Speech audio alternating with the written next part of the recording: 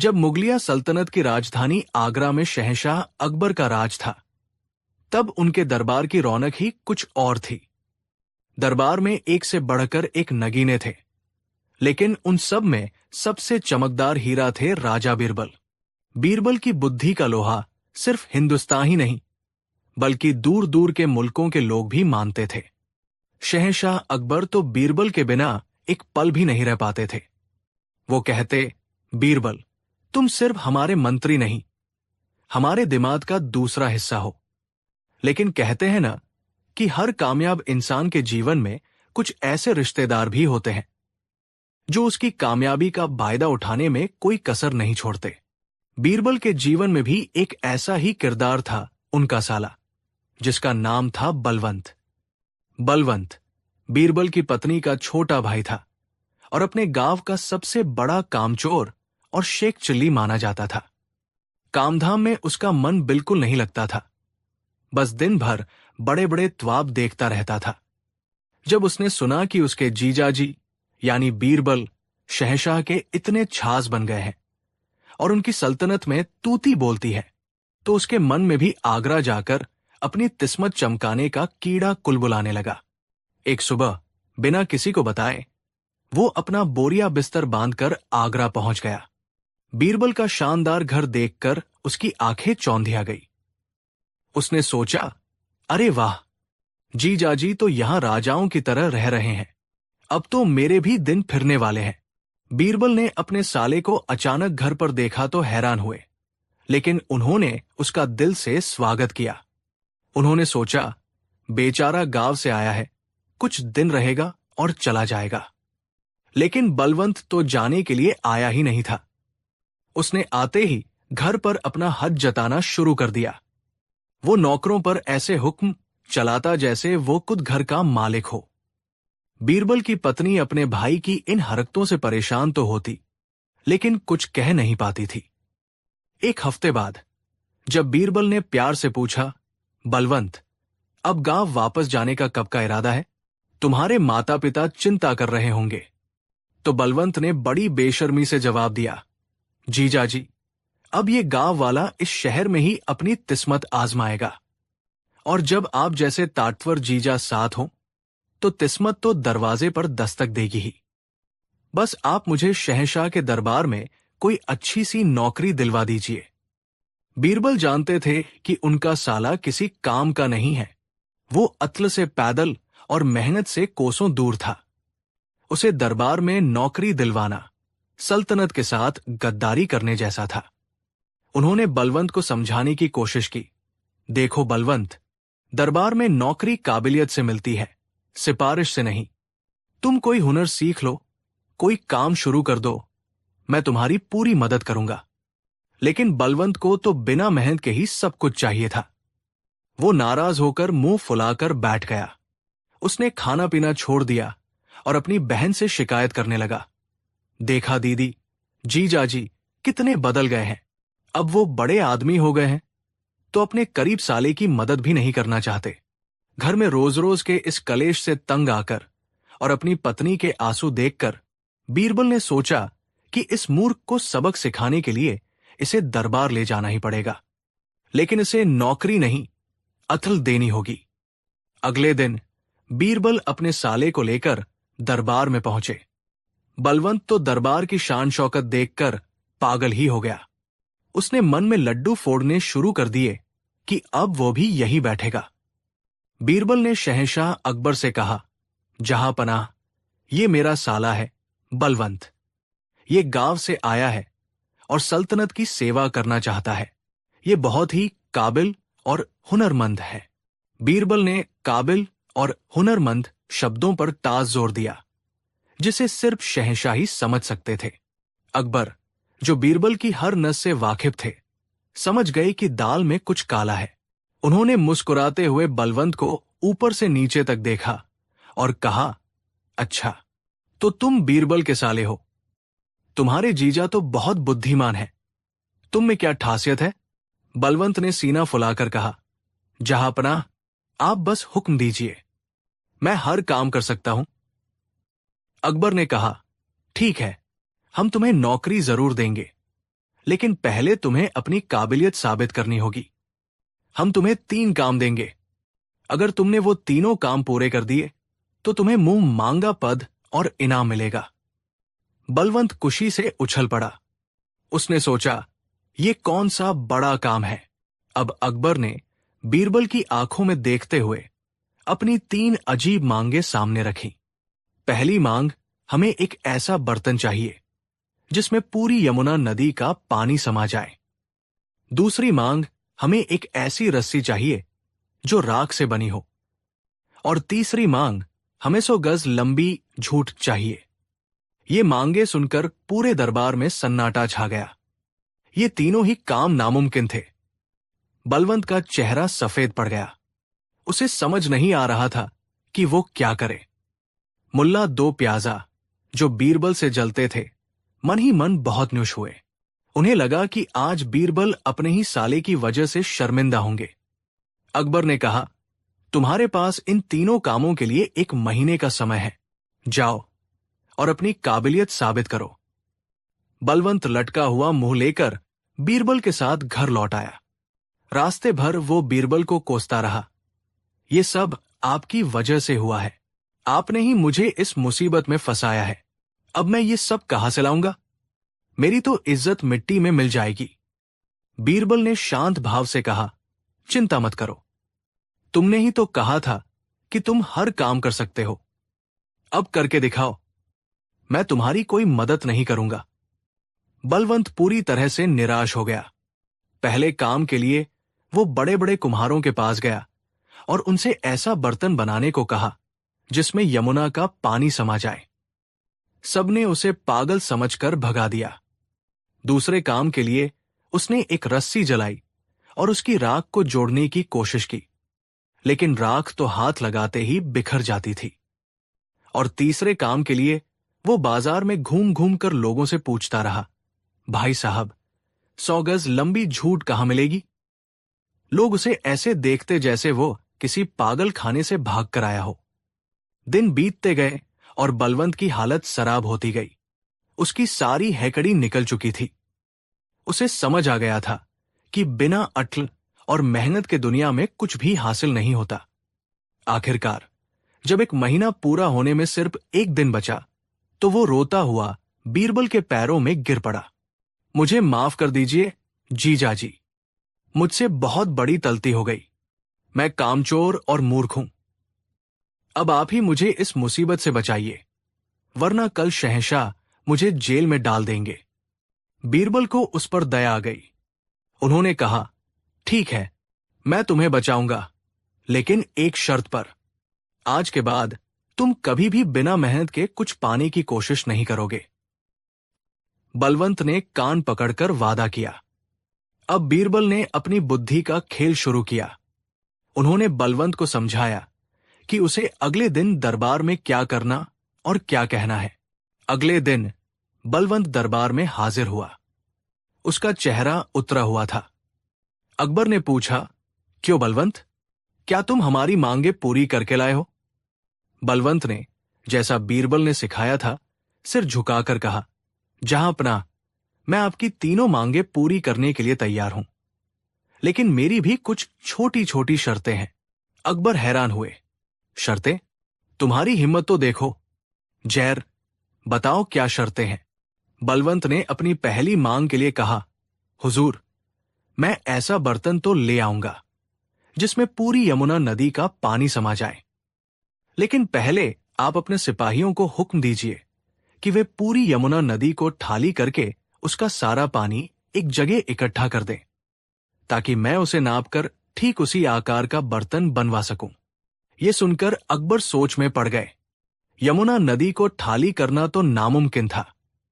फिर बलवंत ने दूसरी मांग के लिए कहा, जहांपनाह, राख की रस्सी बनाना तो बहुत आसान है। बस आप मुझे किसी पुरानी रस्सी की राख का एक नमूना दे दीजिए, ताकि मैं बिल्कुल वैसी ही रस्सी बना सकूं। यह भी एक टेढ़ा जवाब था। अगर रस्सी जला दी तो उसका नमूना कैसे बचेगा? अब दरबारियों को समझ आने लगा था कि ये अतल बलवंत की नहीं, बल्कि उसके पीछे खड़े बीरबल की है। आखिर में बलवंत ने तीसरी मांग के लिए कहा, और जहां तक 100 गज लंबी झूठ की बात है, तो जहांपनाह, उसके लिए मुझे थोड़ा समय चाहिए। दरअसल मेरे गांव में लोग बहुत बड़े बड़े झूठे हैं, लेकिन उनकी झूठ की लंबाई सिर्फ 50-60 गज तक ही पहुंच पाती है। 100 गज लंबी झूठ तो सिर्फ बलवंत यहां आकर हिचकिचाने लगा। अकबर ने उत्सुकता से पूछा, सिर्फ कौन बोल सकता है?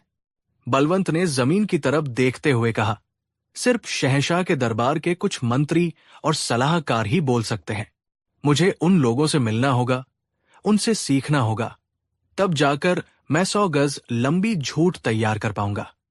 और ये काम इतना बड़ा है कि अकबर ने लगभग चिल्लाते हुए पूछा कि क्या?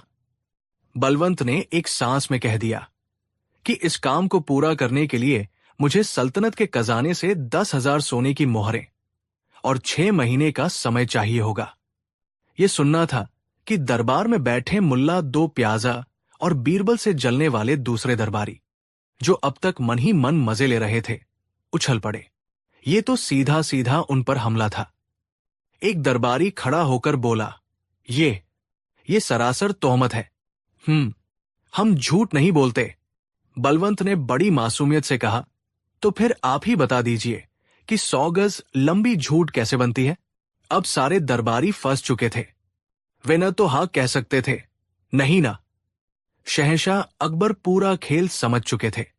वो अपनी हंसी रोक नहीं पा रहे थे। उन्होंने देखा कि कैसे बीरबल ने एक ही तीर से 2 शिकार किए हैं। एक तरफ अपने मूर्ख साले को अटल दी और दूसरी तरफ चापलूस दरबारियों को भी आईना दिखा दिया।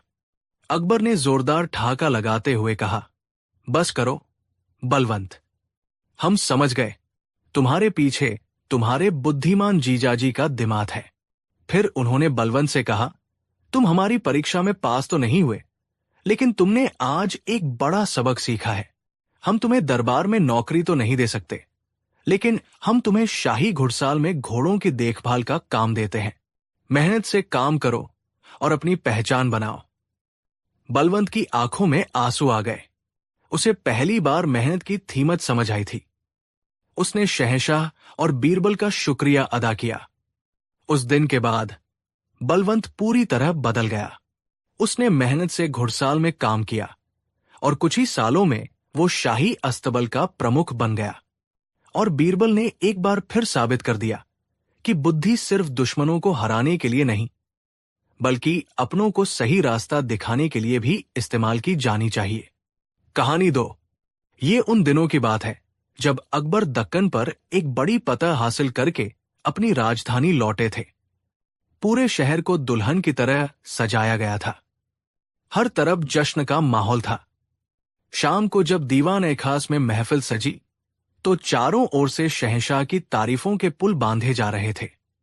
शायर उनकी शान में तसीदे पत रहे थे और दरबारी उनकी बहादुरी के किस्से सुना सुनाकर वाहवाही लूट रहे थे।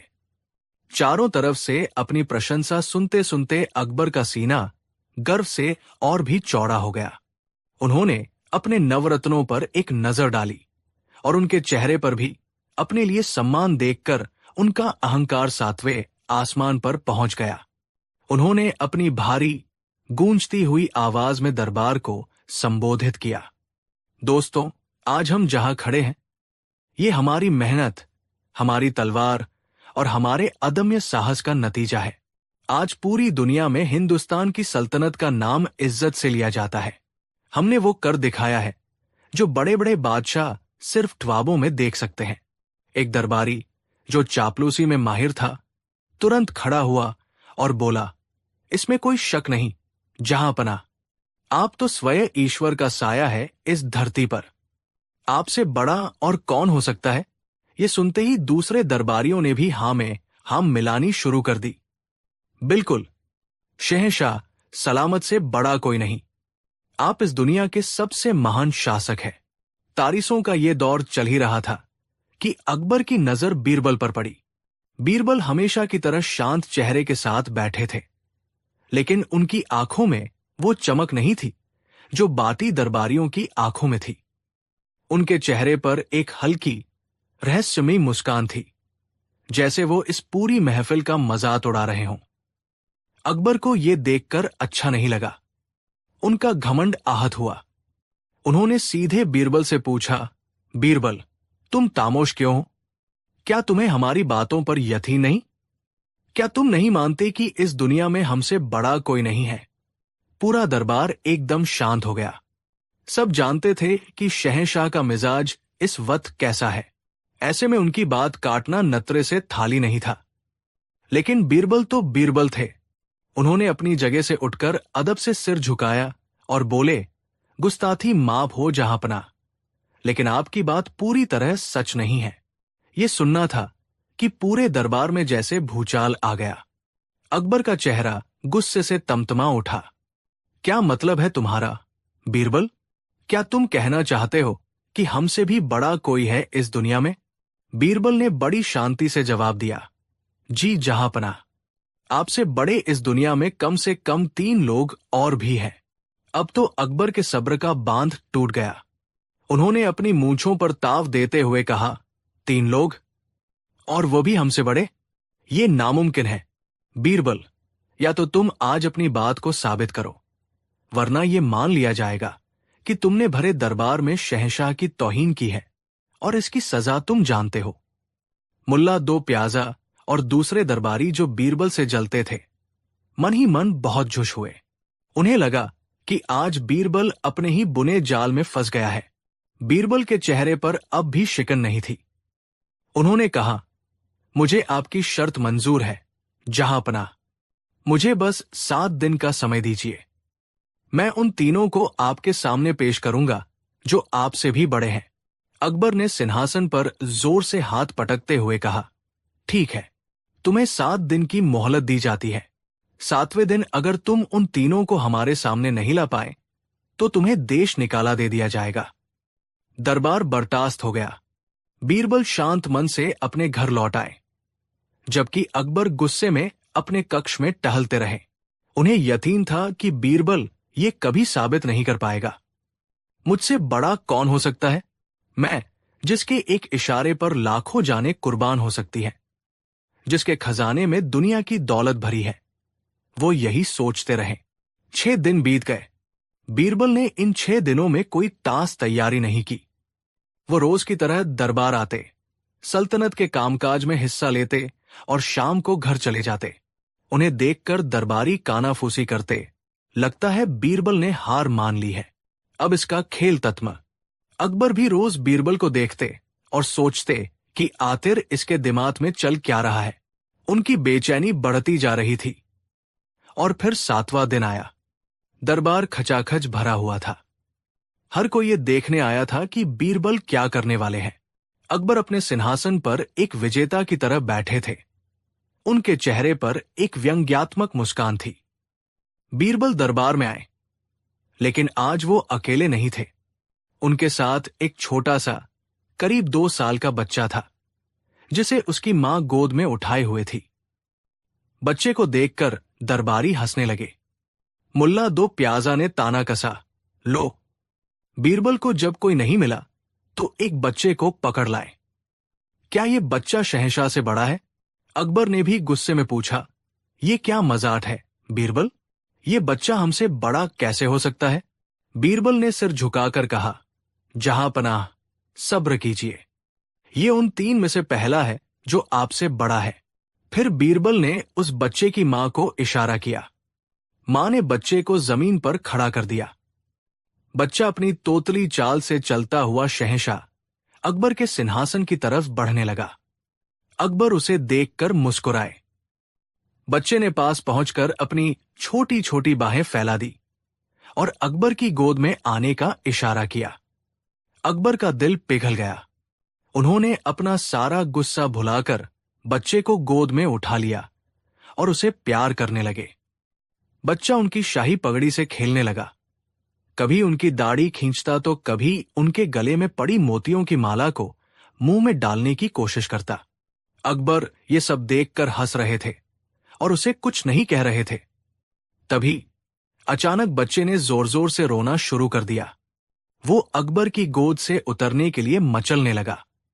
अकबर ने उसे बहलाने की बहुत कोशिश की, उसे खिलौने दिखाए, मीठी बातें की, लेकिन बच्चा चुप ही नहीं हो रहा था। वो बस एक ही जिद पर अड़ा था, उसे नीचे उतरना है। हारकर अकबर ने उसे जमीन पर उतार दिया। बच्चा तुरंत अपनी मां की गोद में चला गया और चुप हो गया। अब बीरबल आगे आए और बोले, देखा जहांपना, यही है पहला व्यक्ति जो आपसे बड़ा है। अकबर हैरान थे। कैसे बीरबल? हम समझे नहीं। बीरबल ने समझाया, जहांपना, आप हिंदुस्तान के शहंशाह हैं। आपकी जिद के आगे बड़े बड़े राजाम हाराजा सिर झुका देते हैं। कोई आपकी बात टालने की हिम्मत नहीं कर सकता। लेकिन इस छोटे से बच्चे की जिद के आगे आपको, हिंदुस्तान के सबसे ताकतवर इंसान को, झुकना पड़ा। इसने जो चाहा, आपसे मनवा लिया। एक बच्चा अपनी मासूम जिद से दुनिया के किसी भी बादशाह को झुका सकता है। इसलिए अपनी जिद पूरी करवाने की ताकत में ये बच्चा आपसे बड़ा है। पूरा दरबार सन्न रह गया। अकबर भी सोच में पड़ गए। बीरबल की बात में दम था। उन्होंने कभी इस नजरिए से सोचा ही नहीं था। उन्होंने स्वीकार किया, ठीक है बीरबल, हम तुम्हारी पहली बात मान लेते हैं।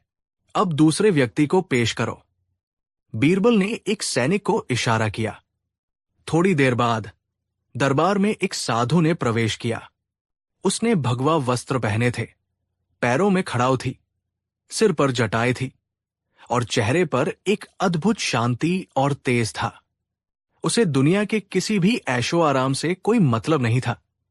ये उसके चेहरे से साफ झलक रहा था।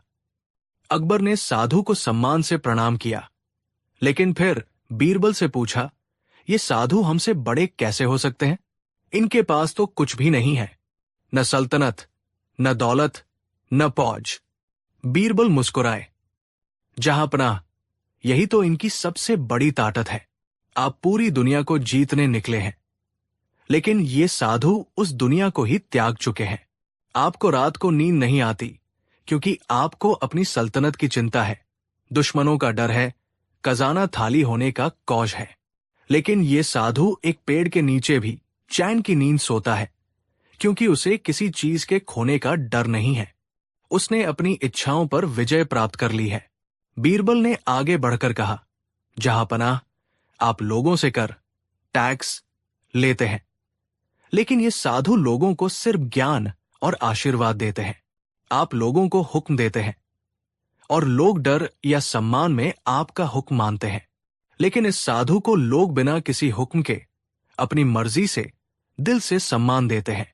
आपने दुनिया जीती है, लेकिन इन्होंने खुद को जीत लिया है, और जो खुद को जीत ले, उससे बड़ा विजेता कोई नहीं होता।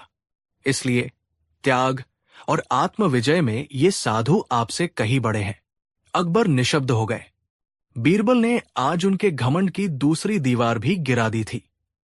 उन्होंने महसूस किया कि सच्ची अमीरी धन दौलत में नहीं, बल्कि मन की शांति और जरूरतों के कम होने में है। उन्होंने सिर हिलाते हुए कहा, हम तुम्हारी ये बात भी मानते हैं बीरबल। अब बताओ, वो तीसरा कौन है जो हमसे भी बड़ा है? दरबार में मौजूद हर व्यक्ति की नजरें अब बीरबल पर टिकी थी। पहले दो उदाहरणों ने ही सबको हैरान कर दिया था।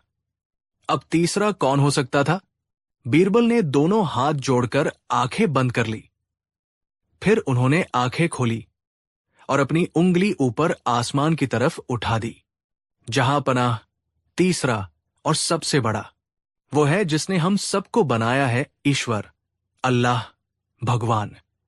अकबर ने कहा, ये तो हम भी मानते हैं बीरबल, ईश्वर सबसे बड़ा है, लेकिन तुम उसे दरबार में पेश कैसे करोगे?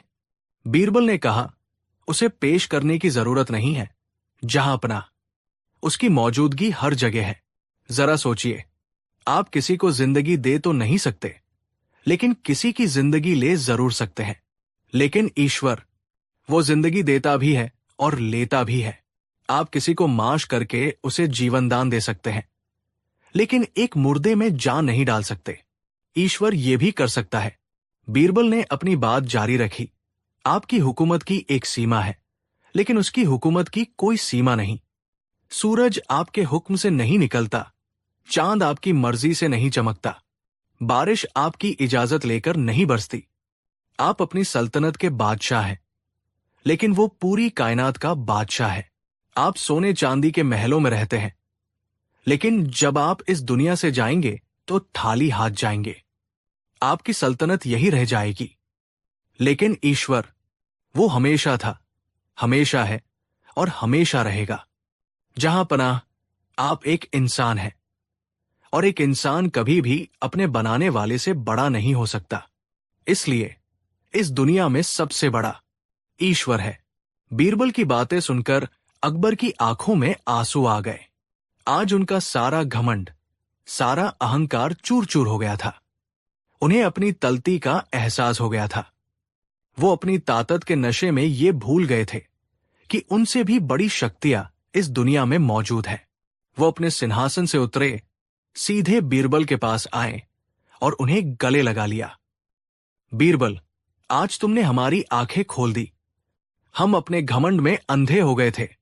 तुम सिर्फ हमारे मंत्री नहीं, बल्कि हमारे सबसे अच्छे दोस्त और गुरु भी हो। तुमने हमें जो सबक सिखाया है, उसे हम जिंदगी भर नहीं भूलेंगे। तुमने आज हमें हार कर भी जिता दिया है।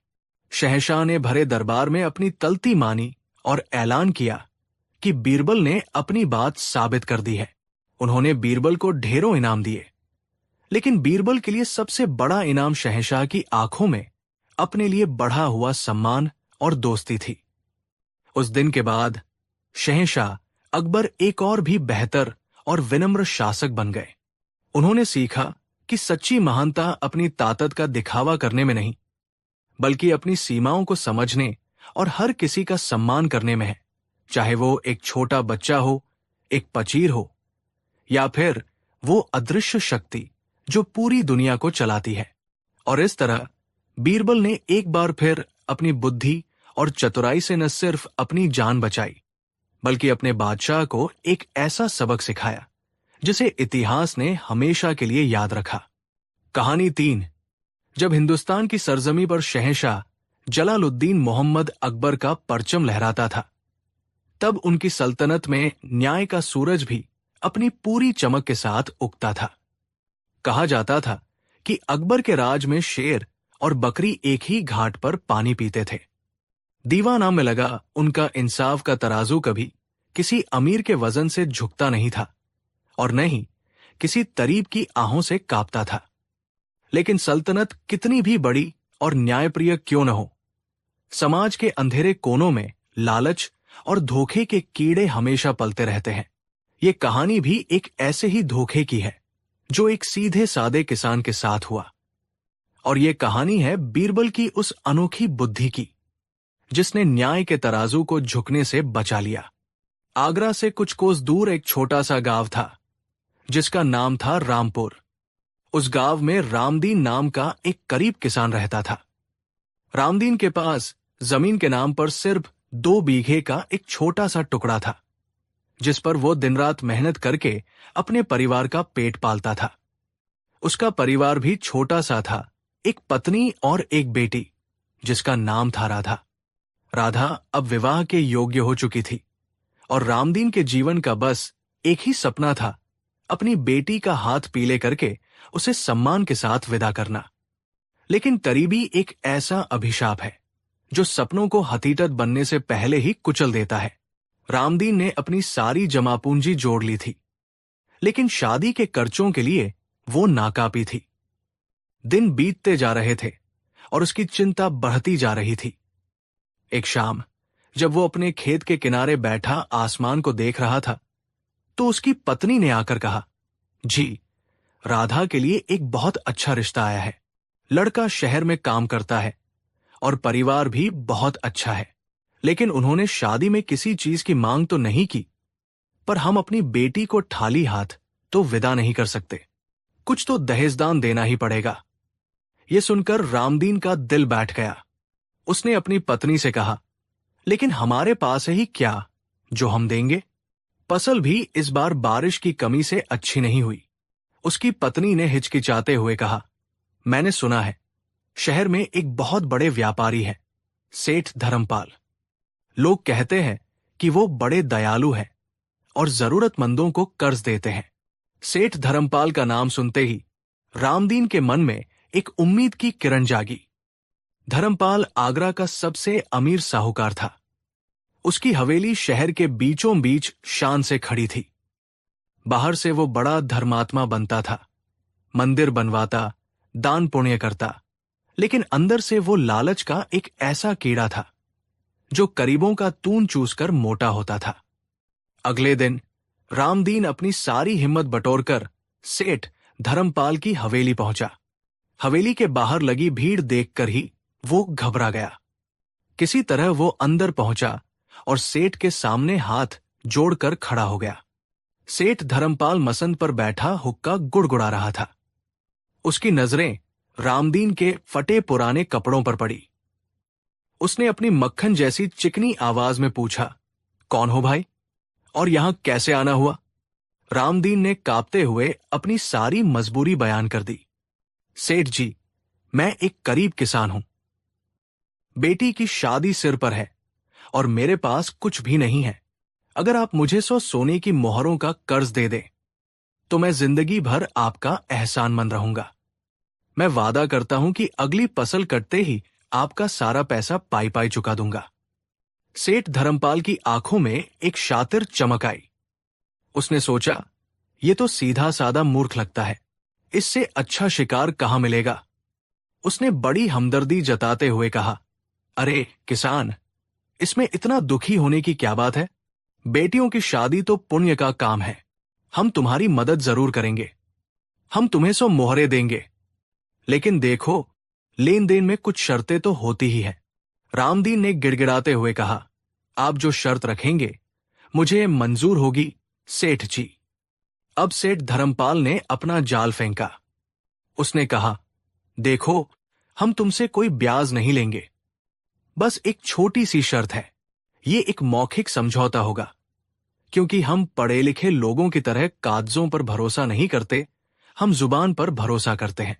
शर्त यह है कि जब तुम अगले साल फसल कटने पर मेरा पैसा लौटाने आओगे तो उस दिन तुम्हारे खेत में जो कुछ भी जमीन के नीचे होगा वो मेरा होगा, और जो कुछ भी जमीन के ऊपर होगा वो तुम्हारा होगा। बोलो, मंजूर है? रामदीन एक भोला भाला किसान था। उसे इस शर्त में कोई खोट नजर नहीं आया। उसने सोचा, ये कैसी शर्त है? फसल तो जमीन के ऊपर ही उगती है, गेहूं, चावल, बाजरा। जमीन के नीचे तो सिर्फ जड़ें होती है जो किसी काम की नहीं। सेठ जी तो वाकई में बहुत दयालु है, जो मुझसे ब्याज भी नहीं ले रहे। उसने तुरंत हाँ कर दी। मंजूर है सेठ जी, आपकी बहुत मेहरबानी होगी। सेठ धर्मपाल ने उसे 100 सोने की मोहरें दे दी। रामदीन खुशी खुशी अपने गांव लौट आया। उसने धूमधाम से अपनी बेटी की शादी की और उसे खुशी खुशी विदा किया। अब उसके सिर पर कर्ज चुकाने की जिम्मेदारी थी। उसने सोचा कि इस बार खेत में ऐसी फसल उगाएगा जिससे खूब मुनाफा हो। उसने किसी की सलाह पर अपने खेत में आलू की फसल बो दी। आलू जमीन के नीचे उगते थे और उस साल आलू का भाव भी बहुत अच्छा मिलने की उम्मीद थी। रामदीन ने दिन रात एक कर दिया। उसने अपने कुंद सीने से खेत को सींचा। उसकी मेहनत रंग लाई और खेत में आलू की ऐसी बम्पर फसल हुई जैसी गांव में पहले कभी किसी ने नहीं देखी थी। रामदीन की खुशी का ठिकाना नहीं रहा। उसने हिसाब लगाया कि इस फसल को बेचकर वो न सिर्फ सेठ का कर्ज चुका देगा, बल्कि उसके पास अगले साल के लिए भी काफी पैसे बच जाएंगे। फसल कटाई का दिन आया। रामदीन ने सुबह सुबह 100 मोहरें एक थैली में रखी और सीधा सेठ धर्मपाल की हवेली की ओर चल पड़ा। उसके चेहरे पर एक संतोष और ईमानदारी की चमक थी। उसने सेठ धर्मपाल के सामने मोहरों की थैली रखते हुए कहा, सेठ जी, ये रहा आपका कर्ज। आपका बहुत बहुत शुक्रिया। आपकी वजह से मेरी बेटी की इज्जत रह गई। सेठ धर्मपाल ने थैली को छुआ तक नहीं। वो अपनी जगह से उठा और एक कुटिल मुस्कान के साथ बोला, किसान, लगता है तुम हमारी शर्त भूल गए। रामदीन ने हैरानी से कहा, कैसी शर्त सेठ जी? मैंने आपका पैसा लौटा दिया। सेठ ने जोर से हंसते हुए कहा, पैसा तो ठीक है, लेकिन हमारी शर्त थी कि जो कुछ भी तुम्हारे खेत में जमीन के नीचे होगा वो मेरा होगा। और जहां तक मुझे पता है, तुमने इस साल अपने खेत में आलू बोए हैं जो जमीन के नीचे ही उगते हैं, इसलिए तुम्हारे खेत की पूरी फसल अब मेरी हो चुकी है। ये सुनते ही रामदीन के पैरों तले जमीन खिसक गई। उसे एक पल में समझ आ गया कि उसके साथ कितना बड़ा धोखा हुआ है। उसकी सारी मेहनत, सारे सपने एक ही पल में टूटकर बिखर गए। वो रोते हुए सेठ के पैरों में गिर पड़ा। नहीं सेठ जी, ऐसा जुल्म मत कीजिए। मैं बर्बाद हो जाऊंगा, मेरे बच्चे भूखे मर जाएंगे। मैंने तो सोचा था कि जमीन के नीचे सिर्फ बेकार की जड़ें होती हैं, लेकिन सेठ धर्मपाल पत्थर दिल इंसान था। उसने अपने पहरेदारों को बुलाया और रामदीन को धक्के मारकर हवेली से बाहर निकलवा दिया। समझौता तो समझौता होता है, उसने चिल्लाकर कहा। अब अगर उस खेत में कदम भी रखा तो चोरी के इल्जाम में जेल भिजवा दूंगा। बेचारा रामदीन रोता पीटता अपने गांव लौटा। जब गांव वालों को यह बात पता चली तो सबने सेठ को बहुत बुरा भला कहा। गांव की पंचायत बैठी। पंचायत ने सेठ धर्मपाल को भी बुलवाया, लेकिन सेठ ने पंचायत के सामने भी वही शर्त दोहराई। चूंकि रामदीन ने खुद शर्त मानी थी, इसलिए पंचायत भी कुछ नहीं कर सकी। सेठ का रुतबा और पैसा इतना ज्यादा था कि कोई उसके खिलाफ जाने की हिम्मत नहीं कर सकता था। रामदीन हर तरफ से हार चुका था।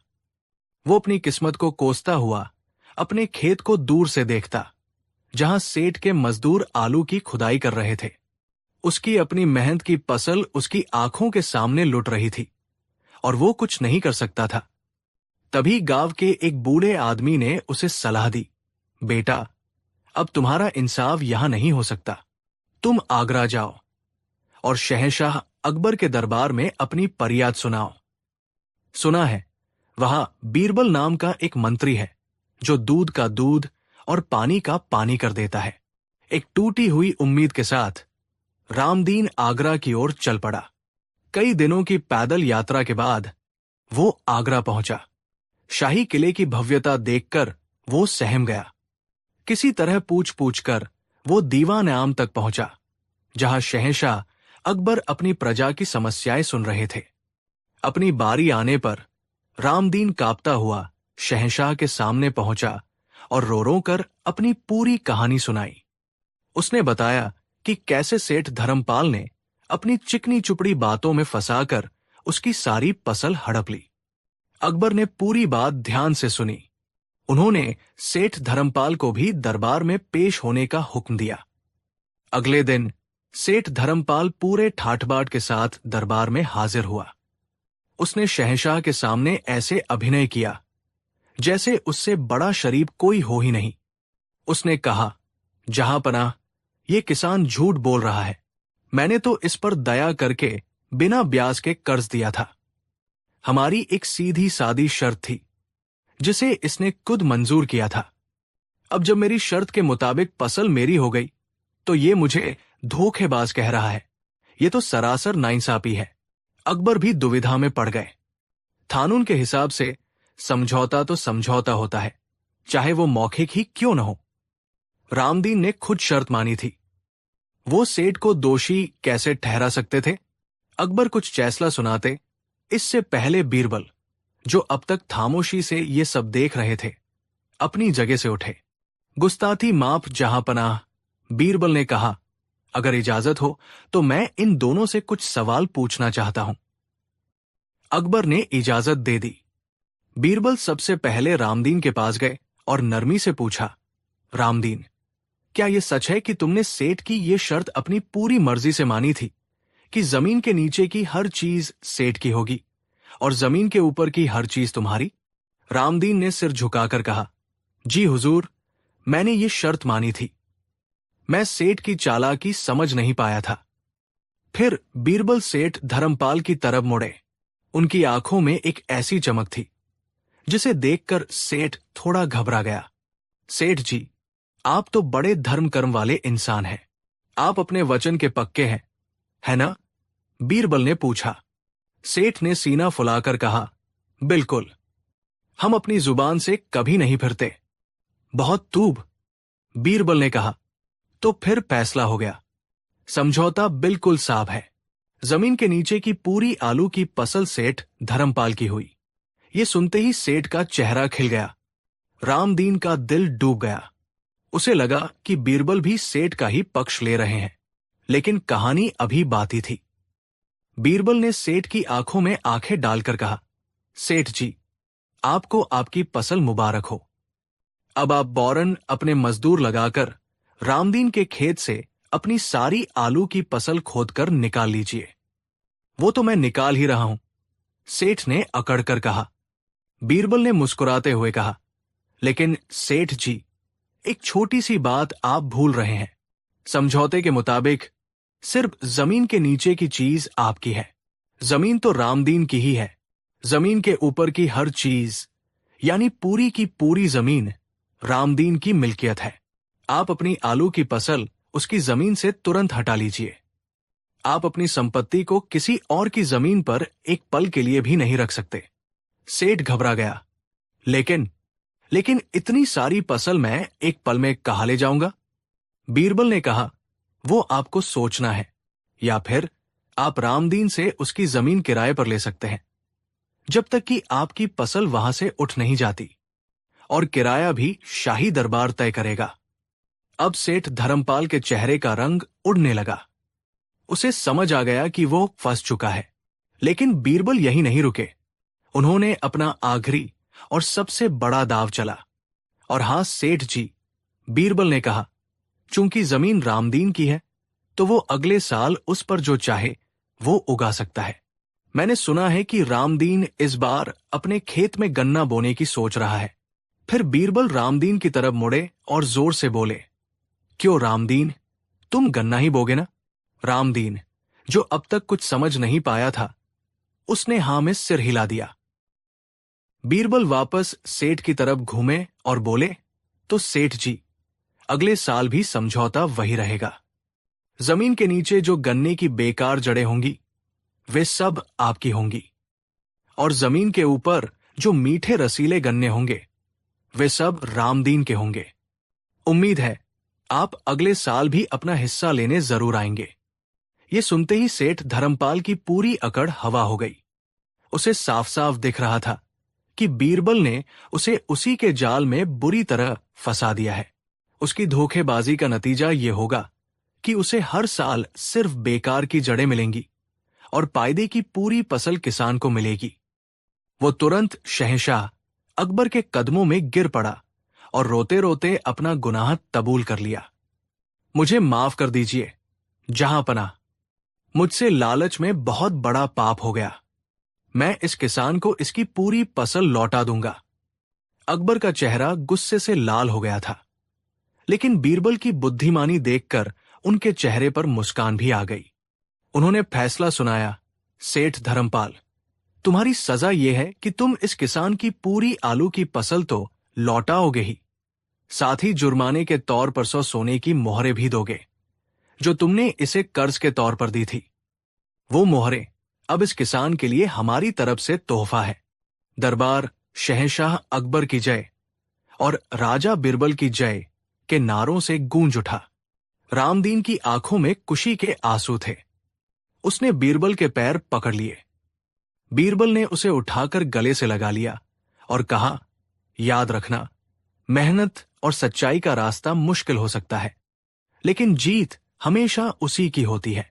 उस दिन के बाद सेठ धर्मपाल ने किसी तरीब को ठगने की हिम्मत नहीं की और रामदीन खुशी खुशी अपने गांव लौटकर अपनी मेहनत की कमाई से एक सुखी जीवन जीने लगा।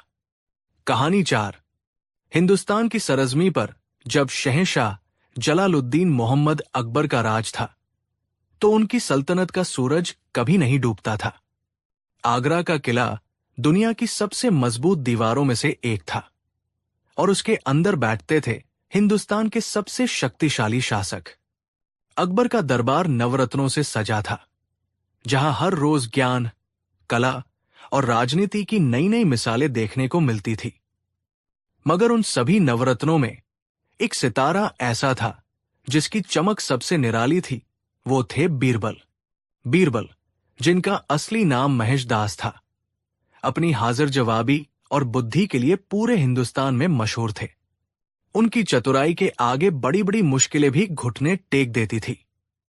लेकिन आज की कहानी उस दिन की है जब अकबर के दरबार में एक ऐसा तूफान आया जिसने सल्तनत की नींव को हिलाकर रख दिया।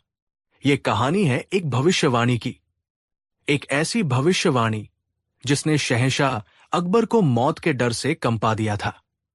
और ये कहानी है बीरबल की उस अनोखी चतुराई की, जिसने उस भविष्यवाणी के काले साये को हमेशा हमेशा के लिए मिटा दिया। उस दिन अकबर का भव्य दरबार लगा तो था। सभी दरबारी अपनी अपनी जगह पर बैठे थे, लेकिन माहौल शांत और गंभीर था। दरबार की रौनक कुछ फीकी थी। शहंशाह अकबर अपने सिंहासन पर तो बैठे थे, लेकिन उनके चेहरे पर हमेशा वाली मुस्कान की जगह एक गहरी चिंता की लकीरें थी। दरबारियों के बीच कानाफूसी चल रही थी।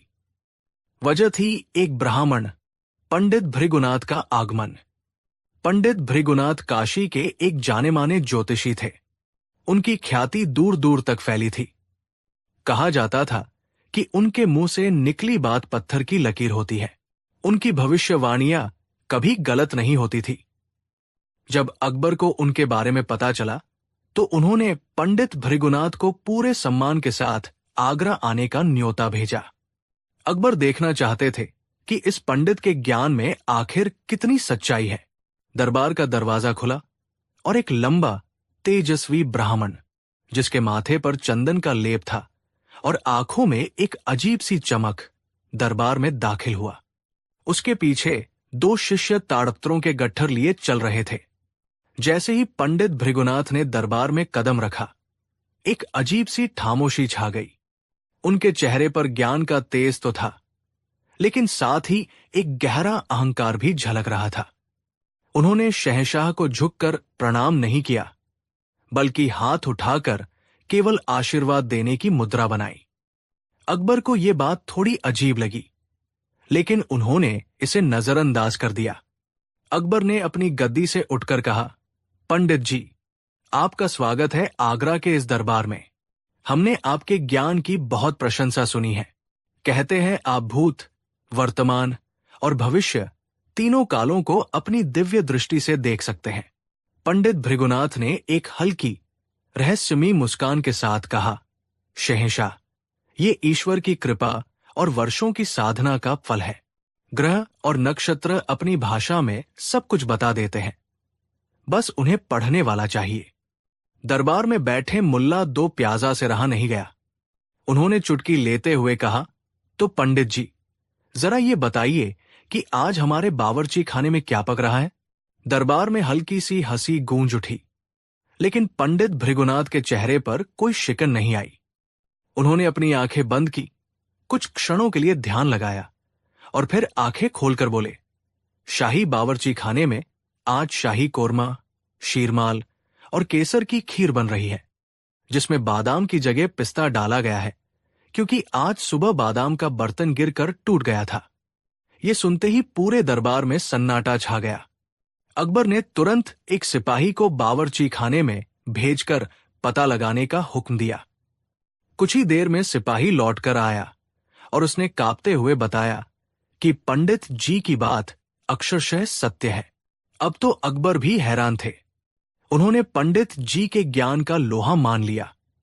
उन्होंने कहा, पंडित जी, हम आपकी काबिलियत से बहुत प्रभावित हुए। हम चाहते हैं कि आप हमारी सल्तनत और हमारे भविष्य के बारे में कुछ बताएं। पंडित भृगुनाथ ने अपने शिष्यों को इशारा किया। उन्होंने ताड़पत्र फैलाए, कुछ गणनाएं की और फिर उनकी नजरें सीधे शहंशाह अकबर के चेहरे पर टिक गई। उनका चेहरा गंभीर हो गया। क्या हुआ पंडित जी, सब कुशल तो है? अकबर ने बेचैनी से पूछा। पंडित भृगुनाथ ने एक गहरी सांस ली और बोले, शहंशाह, मैं जो कहने जा रहा हूं उसके लिए अपना दिल मजबूत कर लीजिए। ग्रहों की चाल एक बहुत ही अशुभ संकेत दे रही है। दरबार में मौजूद हर दरबारी की सांसें रुक गई। कैसा अशुभ संकेत? अकबर की आवाज में घबराहट साफ झलक रही थी। पंडित भृगुनाथ ने अपनी उंगली उठाते हुए कहा, आज से ठीक 1 महीने बाद आने वाली अमावस्या की रात को आपकी मृत्यु निश्चित है। ये शब्द नहीं थे, बिजली का कौंधा था जो पूरे दरबार पर गिरा था। शहंशाह अकबर, जिनके नाम से दुश्मन कांपते थे, जिनकी तलवार ने बड़े बड़े सुरमाओं को धूल चटा दी थी, वो अपनी मृत्यु की भविष्यवाणी सुनकर सफेद पड़ गए। उनका सिंहासन कांपता हुआ महसूस हुआ। दरबारी एक दूसरे का मुंह देखने लगे। किसी की हिम्मत नहीं हो रही थी कि कुछ बोले। पंडित भृगुनाथ ने अपनी बात पूरी करते हुए कहा, ये एक अटल सत्य है शहंशाह, इसे कोई नहीं बदल सकता। मेरी ज्योतिष विद्या आज तक कभी गलत साबित नहीं हुई है। इतना कहकर पंडित भृगुनाथ अपने शिष्यों के साथ दरबार से बाहर चले गए और अपने पीछे छोड़ गए एक गहरा सन्नाटा, डर और अनिश्चितता का एक भयानक तूफान। उस दिन के बाद आगरा के किले की हर दीवार पर उदासी छा गई। शहंशाह अकबर ने खुद को अपने कक्ष में बंद कर लिया। उन्होंने खाना पीना छोड़ दिया, दरबार लगाना बंद कर दिया और सल्तनत के जरूरी कामों से भी मुंह फेर लिया। हर पल उन्हें बस पंडित की कही बात याद आती, आपकी मृत्यु निश्चित है। मौत का डर किसी जहर की तरह उनके मन में घुलता जा रहा था। उनके नवरत्न और मंत्री उन्हें समझाने की बहुत कोशिश करते। कोई कहता, जहांपनाह, ये सब ढोंग है, तो कोई कहता, हम बड़े बड़े यज्ञ और पूजा पाठ करवाएंगे, सारे संकट टल जाएंगे। लेकिन अकबर के मन से डर निकल ही नहीं रहा था। उन्होंने पंडित भृगुनाथ की छोटी सी भविष्यवाणी को सच होते देखा था, इसलिए उन्हें बड़ी भविष्यवाणी पर भी पूरा यकीन हो गया था। 1 हफ्ता बीत गया। सल्तनत का कामकाज ठप पड़ने लगा। दुश्मनों को भी खबर लगने लगी कि शहंशाह बीमार है। राज्य में अराजकता फैलने का खतरा मंडराने लगा। लेकिन एक व्यक्ति था जो इस पूरे घटनाक्रम के दौरान दरबार में मौजूद नहीं था, और वो थे बीरबल। बीरबल किसी जरूरी काम से कुछ हफ्तों के लिए दिल्ली गए हुए थे। जब बीरबल आगरा वापस लौटे तो उन्हें किले का माहौल देखकर ही किसी अनहोनी का अंदेशा हो गया। उन्होंने तुरंत एक मंत्री से पूछा, क्या बात है? सब इतना तामोश और परेशान क्यों है? जहांपनाह ठीक तो है? मंत्री ने रोनी सूरत बनाकर बीरबल को पंडित भृगुनाथ की भविष्यवाणी के बारे में सब कुछ बता दिया। सारी बात सुनकर बीरबल के माथे पर भी चिंता की लकीरें उभर आईं, लेकिन उनके चेहरे पर डर नहीं, बल्कि एक गहरी सोच थी। बीरबल सीधे शहंशाह अकबर के कक्ष में पहुंचे। दरवाजे पर पहरेदारों ने उन्हें रोका। अंदर जाने की इजाजत नहीं है, जहांपनाह किसी से नहीं मिल रहे। बीरबल ने पहरेदारों को किनारे करते हुए कहा, हम दोस्त हैं, मुलाजिम नहीं। और वो सीधा अंदर चले गए। अंदर का नजारा देखकर बीरबल का दिल दहल गया। अकबर बिस्तर पर लेटे हुए थे। चेहरा पीला पड़ चुका था, आंखें धंस गई थी और दाढ़ी बढ़ी हुई थी। वो हिंदुस्तान के शहंशाह नहीं, बल्कि एक हारा हुआ, डरा हुआ इंसान लग रहे थे। जहांपनाह, बीरबल ने नरमी से पुकारा। अकबर ने आंखें खोली। बीरबल को देखकर उनकी आंखों में आंसू आ गए। उन्होंने कमजोर आवाज में कहा, बीरबल, तुम आ गए, अब सब कुछ खत्म होने वाला है। बीरबल, उस पंडित ने कहा है, मैं मर जाऊंगा। बीरबल अकबर के पास बैठे और उनका हाथ अपने हाथ में ले लिया। जहांपनाह, आप हिंदुस्तान के शेर हैं। एक मामूली ज्योतिषी की बातों से आप ऐसे हिम्मत हार जाएंगे? वो मामूली नहीं है बीरबल, अकबर ने कहा। उसने बावर्ची खाने की बात सच कर दिखाई थी। उसकी आंखों में मैंने सच्चाई देखी थी। बीरबल समझ गए कि अकबर के मन में डर बहुत गहराई तक बैठ चुका है। इसे तर्क से निकालना मुश्किल है। इसे निकालने के लिए कोई दूसरा, उससे भी बड़ा विश्वास पैदा करना होगा। बीरबल ने कुछ देर सोचा और फिर बोले, ठीक है जहांपनाह, मान लेते हैं कि पंडित की बात सच है, लेकिन क्या आप अपनी जिंदगी के आखिरी दिन ऐसे बिस्तर पर पड़े पड़े गुजारना चाहेंगे? एक शहंशाह की तरह जिए हैं, तो मौत का सामना भी एक शहंशाह की तरह कीजिए। उठिए, दरबार लगाइए, अपनी प्रजा का दुख दर्द सुनिए। इतिहास आपको एक डरे हुए बादशाह की तरह याद रखें। ये आपको मंजूर है? बीरबल की बातों में जादू था। अकबर को लगा जैसे किसी ने उन्हें गहरी नींद से जगा दिया हो। उन्होंने सोचा, बीरबल सही कह रहा है। अगर मरना ही है तो डर डर कर क्यों? मैं अकबर हूं और मैं एक बादशाह की तरह ही मरूंगा। उस दिन के बाद अकबर ने खुद को संभाला। वो रोज दरबार लगाने लगे, सल्तनत के काम देखने लगे। लेकिन उनके दिल के किसी कोने में मौत का डर अब भी बाकी था। वो अक्सर आसमान की तरफ देखकर सोचते, अब बस कुछ ही दिन बचे हैं। दिन गुजरते गए, एक एक करके 3 हफ्ते बीत गए। अब भविष्यवाणी वाले दिन में सिर्फ 1 हफ्ता बाकी था। जैसे जैसे वो दिन करीब आ रहा था, अकबर की बेचैनी फिर से बढ़ने लगी। दूसरी तरफ बीरबल चुप नहीं बैठे थे। उन्होंने अपने सबसे भरोसेमंद जासूसों को काशी भेजा था ताकि वो पंडित भृगुनाथ के बारे में सब कुछ पता लगा सकें। बीरबल को यकीन था कि दाल में कुछ तो काला जरूर है। कोई इंसान किसी की मौत का दिन इतनी सटीकता से कैसे बता सकता है, जब तक कि वो खुद मौत का इंतजाम न कर रहा हो। जासूसों ने जो खबर लाई वो चौंकाने वाली थी। पंडित भृगुनाथ असल में ज्योतिष का ज्ञान तो रखता था, लेकिन वो बहुत लालची और धूर्त इंसान था। वो अपनी छोटी मोटी भविष्यवाणियों को सच साबित करने के लिए पहले से ही जासूसी और इंतजाम करके रखता था। बावर्ची खाने वाली बात भी उसने एक बावर्ची को रिश्वत देकर पहले ही पता कर ली थी। वो अपनी प्रसिद्धि का इस्तेमाल करके राजा महाराजाओं को डराता था और फिर संकट टालने के नाम पर उनसे मोटी रकम वसूलता था। अब बीरबल को पूरी कहानी समझ आ गई। पंडित भृगुनाथ ने अकबर को डराकर सल्तनत में अपनी जगह बनाने और दौलत कमाने का जाल बुना था, और उसका सबसे बड़ा हथियार था डर। लेकिन अब सवाल यह था कि उसे बेनकाब कैसे किया जाए। अगर बीरबल सीधे सीधे अकबर को यह सब बताते तो शायद वो यकीन न करते, क्योंकि उनके मन पर पंडित का खौफ हावी था। बीरबल को लोहे से ही काटना था। उन्हें डर को एक बड़े विश्वास से हराना था। अब वो दिन आ गया था जिसके अगले दिन शहंशाह की मृत्यु की भविष्यवाणी की गई थी। पूरे आगरा में एक अजीब सा मातम पसरा हुआ था। अकबर सिंहासन पर पत्थर की मूरत बने बैठे थे। उन्होंने अपने सभी नवरत्नों को बुलाया था, शायद आखिरी बार सबसे मिलने के लिए। तभी दरबार में बीरबल दाखिल हुए, लेकिन आज वो अकेले नहीं थे। उनके साथ एक और व्यक्ति था जिसने भगवा वस्त्र पहने थे, सिर पर जटाएं थी और आंखों में एक ऐसी दिव्य चमक थी जिसे देखकर कोई भी नतमस्तक हो जाए।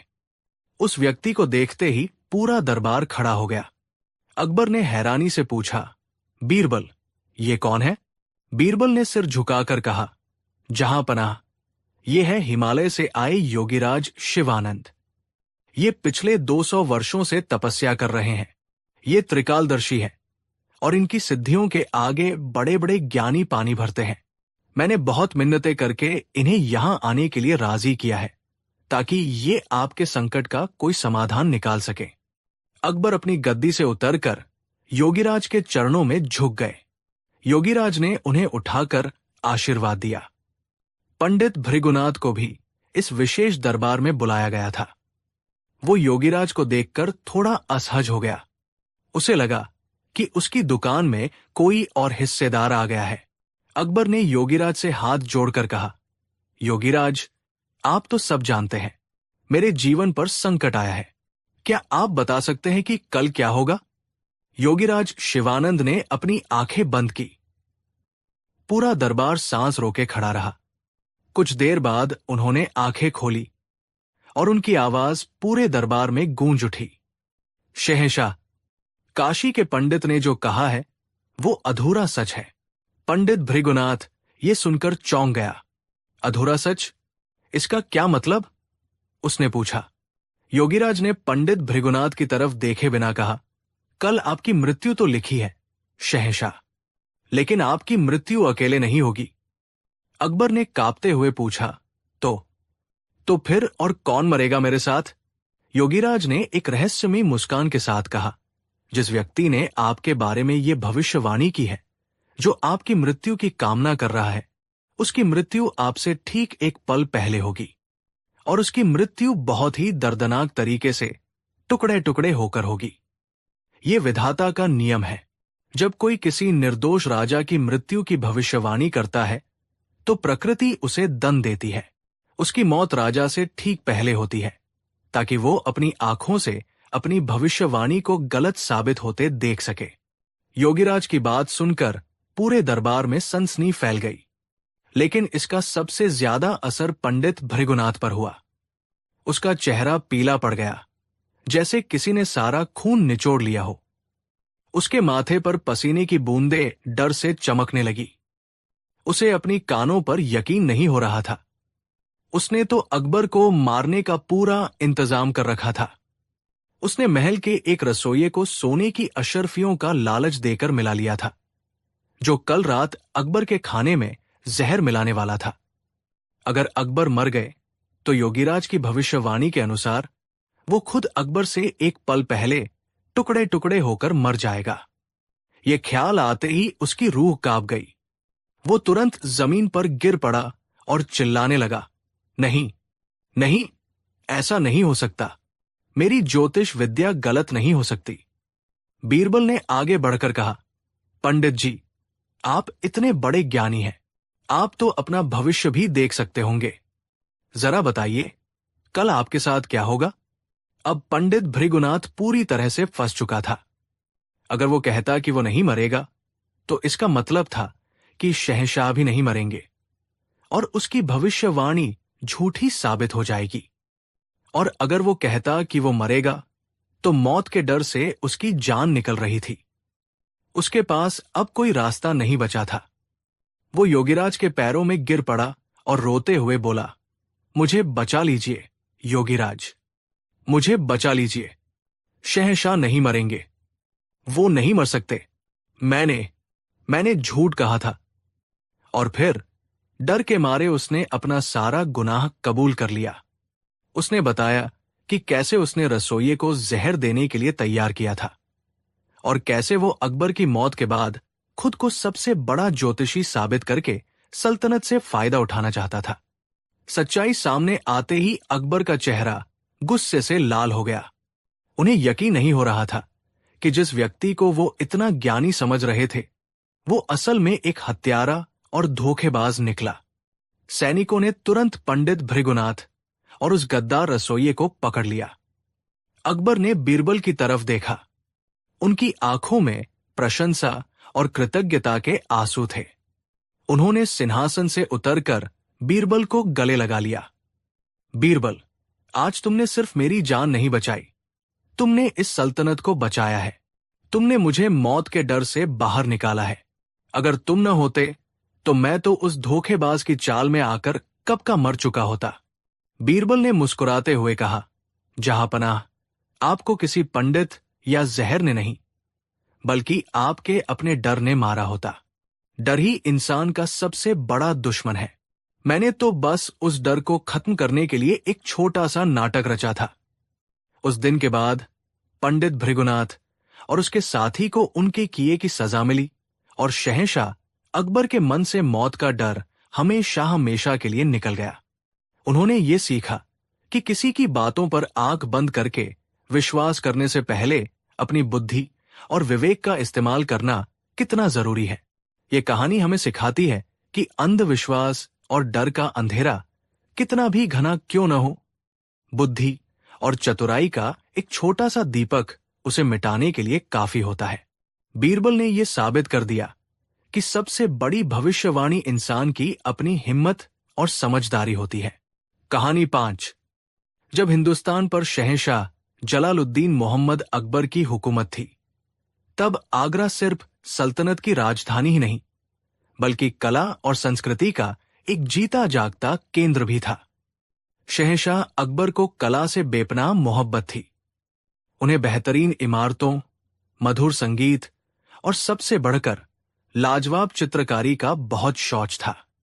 उनके दरबार में दूर दूर से कलाकार अपनी कला का प्रदर्शन करने आते थे, और अगर शहंशाह को उनका काम पसंद आ जाता तो वो उन्हें सोने चांदी से तौल देते थे। इसी शोहरत को सुनकर एक दिन दरबार में एक चित्रकार का आगमन हुआ।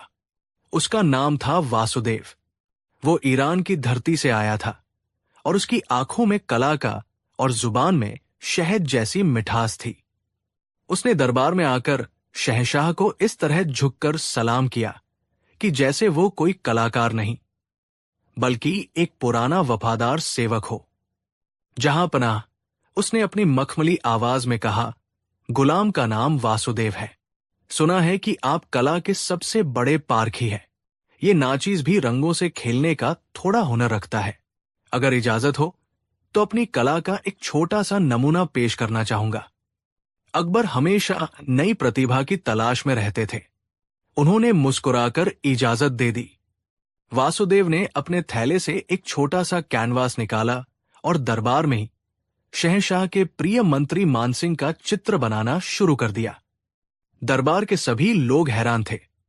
आमतौर पर एक चित्र बनाने में कई दिन या हफ्ते लग जाते थे, लेकिन वासुदेव के हाथ किसी जादूगर की तरह चल रहे थे। कुछ ही घंटों में उसने मानसिंह का एक ऐसा चित्र बना दिया जिसे देखकर खुद मानसिंह भी दंग रह गए। चित्र में उनकी आंखों की चमक, चेहरे का तेज और मूंछों का रौब, सब कुछ हूबहू उतर आया था। ऐसा लग रहा था मानो कैनवास में कोई तस्वीर नहीं बल्कि खुद मानसिंह का अक्स कैद हो गया हो। पूरा दरबार वाह वाह कर उठा। अकबर तो इतने प्रभावित हुए कि उन्होंने उसी वक्त वासुदेव को 500 सोने की मोहरें इनाम में दे दी। इस तारीफ और इनाम ने वासुदेव के इरादों को और मजबूत कर दिया। उसने सोचा, जब एक मंत्री के चित्र पर इतनी दौलत मिल सकती है तो अगर मैं शहंशाह का ही चित्र बनाऊं तो मेरा जीवन संवर जाएगा। यही सोचकर वो अगले दिन फिर दरबार में हाजिर हुआ। उसने अकबर से कहा, जहांपनाह, कल आपने जो सम्मान दिया उससे मेरा हौसला बुलंद हो गया है। अब मेरी बस एक ही तमन्ना है, मैं आपका यानी हिंदुस्तान के शहंशाह का एक ऐसा चित्र बनाना चाहता हूं जिसे आने वाली सदियां याद रखें। एक ऐसा चित्र जो आपकी शान, आपके शौर्य और आपके न्याय को दर्शाए। अकबर को यह विचार बहुत पसंद आया। उन्होंने तुरंत हामी भर दी और पूछा, बताओ चित्रकार, इस शाहकार को बनाने के लिए तुम्हें क्या चाहिए? वासुदेव ने चालाकी से कहा, जहांपनाह, महान कला एकांत में जन्म लेती है। मुझे बस एक अलग कमरा, बेहतरीन रंग और कैनवास चाहिए। और एक शर्त है, जब तक ये चित्र पूरा नहीं हो जाता इसे कोई नहीं देखेगा, आप भी नहीं। कला को समय और सब्र की जरूरत होती है। मैं चाहता हूं कि जब ये पूरा हो तो दुनिया इसे देखकर चौंक जाए। अकबर को उसकी बात सही लगी। उन्होंने उसे शाही महल में ही एक शानदार कमरा दे दिया और हर तरह की सुविधा मुहैया करा दी। और तुम्हारा मेहनताना क्या होगा? अकबर ने पूछा। वासुदेव ने बड़ी विनम्रता का नाटक करते हुए कहा, शहंशाह की सेवा करना ही मेरा सबसे बड़ा मेहनताना है। फिर भी अगर आप कुछ देना ही चाहते हैं तो इस शाहकार के लिए 10,000 सोने की मोहरें लगेंगी। 5,000 अभी, ताकि मैं बेहतरीन सामान खरीद सकूं, और बाकी के 5,000 काम पूरा होने के बाद। 10,000 मोहरें, ये एक बहुत बड़ी रकम थी। दरबार में कानाफूसी होने लगी, लेकिन अकबर अपनी तारीफ और एक अद्वितीय चित्र के ख्वाब में इतने खोए हुए थे कि उन्होंने तुरंत खजांची को 5,000 मोहरें देने का हुक्म दे दिया। बीरबल, जो ये सब खामोशी से देख रहे थे, उन्हें इस चित्रकार की बातों में कुछ खटक रहा था। उसकी आंखों में कला से ज्यादा लालच दिखाई दे रहा था। उन्होंने अकबर को समझाने की कोशिश की, जहांपनाह, क्या यह बेहतर नहीं होगा कि हम पहले इस कलाकार के बारे में और जानकारी हासिल कर लें? किसी अजनबी पर इतना भरोसा करना। लेकिन अकबर ने उन्हें बीच में ही टोक दिया, बीरबल, तुम हमेशा शक करते हो। हमने उसकी कला अपनी आंखों से देखी है, हमें उस पर पूरा भरोसा है। बीरबल चुप हो गए, लेकिन उन्होंने उस चित्रकार पर नजर रखने का फैसला कर लिया। दिन बीतने लगे, फिर हफ्ते और फिर महीने। वासुदेव अपने कमरे में बंद रहता। बाहर पहरेदार खड़े रहते कि कोई अंदर न जा पाए। जब भी अकबर पूछते कि काम कहां तक पहुंचा, तो वो कहता, बस जहां पनाह अंतिम रूप दे रहा हूं। ऐसी चीज बना रहा हूं जो आज तक किसी ने नहीं बनाई। पूरे आगरा में ये बात फैल गई कि शहंशाह का एक जादुई चित्र बन रहा है। लोगों में उत्सुकता बढ़ती जा रही थी। 3 महीने गुजर गए। अब अकबर का सब्र भी जवाब देने लगा था। उन्होंने वासुदेव को पैशाम भेजा कि अगर 7 दिन के अंदर चित्र पूरा नहीं हुआ तो उसे सजा दी जाएगी। 7वें दिन वासुदेव दरबार में हाजिर हुआ। उसके चेहरे पर एक विजयी मुस्कान थी। उसने ऐलान किया, शहंशाह सलामत। इंतजार की घड़ियां तत्म हुई। आपका वो ऐतिहासिक चित्र तैयार है जो आपकी महानता को हमेशा के लिए अमर कर देगा। दरबार को खास तौर पर सजाया गया। सभी नवरत्न, मंत्री और बड़े बड़े ओहदेदार मौजूद थे। बीचों बीच एक बहुत बड़ा कैनवास रखा था जिसे एक शाही रेशमी पर्दे से ढका गया था। वासुदेव ने एक लंबी चौड़ी भूमिका बांधी। दोस्तों, ये सिर्फ एक चित्र नहीं है, ये शहंशाह के व्यक्तित्व का आईना है। मैंने इसमें सिर्फ रंग नहीं घोले, अपनी आत्मा का एक हिस्सा घोल दिया है। इतना कहकर उसने एक झटके में पर्दा हटा दिया और सामने जो नजारा था उसे देखकर पूरा दरबार एक पल के लिए मंत्रमुग्ध हो गया। कैनवास पर शहंशाह अकबर का चित्र था, लेकिन यह पूरा चित्र नहीं था। यह सिर्फ उनका दाया हिस्सा था। एक आंख, आधा चेहरा, एक कंधा और एक हाथ। मगर कलाकारी इतनी बेमिसाल थी कि देखने वालों की आंखें खुली की खुली रह गई। रंग इतने सजीव थे कि लग रहा था मानो शहंशाह अभी बोल पड़ेंगे। उनकी आंख में एक शासक का रौब और एक पिता की ममता दोनों एक साथ झलक रही थी। पगड़ी में लगे हीरों की चमक ऐसी थी जैसे वे असली हों। दरबार में वाहवाही का शोर गूंज उठा। अकबर भी अपनी तस्वीर देखकर कुछ देर के लिए सब कुछ भूल गए। वो अपनी कुर्सी से उठे और चित्र के पास गए। उन्होंने उसकी बारीकियों को देखा और मुस्कुराए। कमाल है वासुदेव, तुमने तो सच में कमाल कर दिया। ऐसी चित्रकारी हमने आज तक नहीं देखी। वासुदेव ने गर्व से सिर झुकाया। लेकिन फिर अकबर को कुछ याद आया। उन्होंने पूछा, मगर चित्रकार, ये तो सिर्फ हमारा एक ही पहलू है। हमारा बाया हिस्सा कहाँ है? ये चित्र तो अधूरा है। अब आया वह पल जिसके लिए वासुदेव ने ये सारा जाल बुना था। उसने एक रहस्यमयी मुस्कान के साथ जवाब दिया, गुस्ताखी माफ, जहांपना। ये चित्र अधूरा नहीं, पूरा है। आप जैसे महान और न्यायप्रिय बादशाह के व्यक्तित्व में कोई भेद नहीं होता। आपका दाया और बाया पहलू बिल्कुल एक समान है। जो एक तरफ है वही दूसरी तरफ है। ये चित्र आपकी इसी समरूपता और पूर्णता का प्रतीक है। मैंने अगर दूसरा हिस्सा भी बनाया होता तो वो इस महान सोच का अपमान होता। ये सुनकर दरबार में बैठे चापलूस दरबारी तुरंत बोल उठे, वाह वाह, क्या गहरी सोच है। चित्रकार ने तो कला के साथ साथ दर्शन को भी जोड़ दिया। ये तो शहंशाह के न्यायप्रिय होने का सबसे बड़ा सबूत है। अकबर भी इस अनोखी तारीफ को सुनकर कुछ देर के लिए सोच में पड़ गए। चित्रकार ने उन्हें ऐसे जाल में फंसाया था कि अगर वो कहते कि नहीं, मेरा दूसरा हिस्सा भी बनाओ, तो ये मानने जैसा होता कि उनके व्यक्तित्व में भेद है। और अगर वो मान लेते तो उन्हें एक आधे अधूरे चित्र के लिए पूरी कीमत चुकानी पड़ती। वो समझ गए कि उनके साथ धोखा हुआ है, लेकिन अब वो अपनी ही बात से पीछे नहीं हट सकते थे। उन्होंने मन ही मन हार मान ली। वासुदेव ने मौका देखकर कहा, जहांपनाह, अगर आपको मेरा ये नाचीज काम पसंद आया हो तो मेरे बाती के 5000 मोहरे दिलवा दी जाएं। अकबर कुछ कहते इससे पहले बीरबल अपनी जगह से उठे। उन्होंने पहले तो चित्रकार की तारीफ की। चित्रकार वासुदेव, तुम्हारी कला वाकई बेजोड़ है और तुम्हारी सोच तो उससे भी ज्यादा गहरी है। शहंशाह को तुम्हारा काम बहुत पसंद आया और तुम्हें तुम्हारा पूरा इनाम जरूर मिलेगा। ये सुनकर वासुदेव की आंखों में चमक आ गई। उसे लगा कि वो जीत गया। बीरबल ने फिर दरबारियों की तरफ मुड़कर कहा, इस ऐतिहासिक कलाकृति के सम्मान में इसका भुगतान भी एक ऐतिहासिक तरीके से होना चाहिए। उन्होंने 2 सिपाहियों को हुक्म दिया, जाओ और दरबार में एक बड़ा सा आईना लेकर आओ। सब हैरान थे कि आईने का इनाम से क्या लेना देना। कुछ ही देर में सिपाही एक आदमकद खूबसूरत नक्काशी वाला आईना ले आए। बीरबल ने उसे उस चित्र के ठीक सामने रखने को कहा, जहां से चित्र की पूरी परछाई आईने में साफ साफ दिखाई दे रही थी।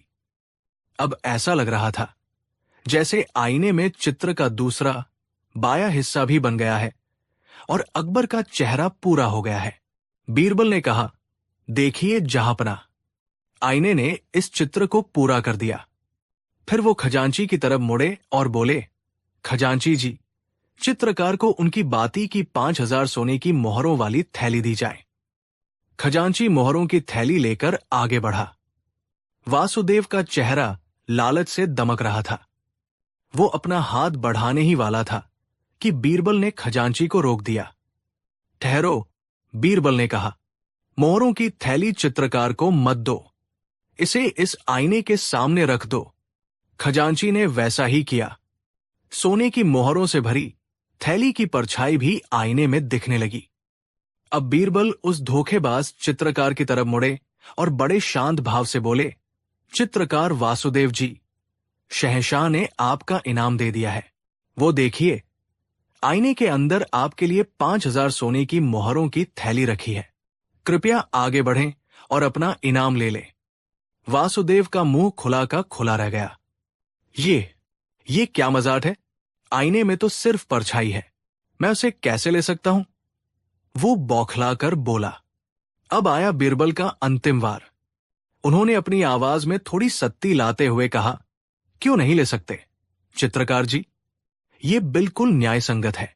आपने शहंशाह को एक आधा और काल्पनिक चित्र दिया जो असल में पूरा नहीं है, तो उसके बदले में आपको भी आधा और काल्पनिक इनाम दिया जा रहा है जो असल में मौजूद नहीं है।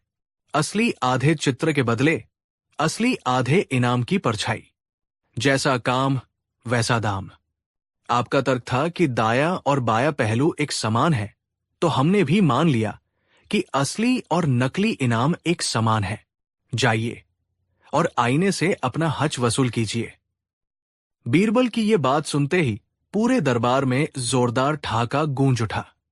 चापलूस दरबारियों के सिर शर्म से झुक गए। अकबर, जो अब तक चिंता में थे, खुलकर हंस पड़े। उन्हें समझ आ गया कि बीरबल ने किस चतुराई से लोहे को लोहे से काटा है।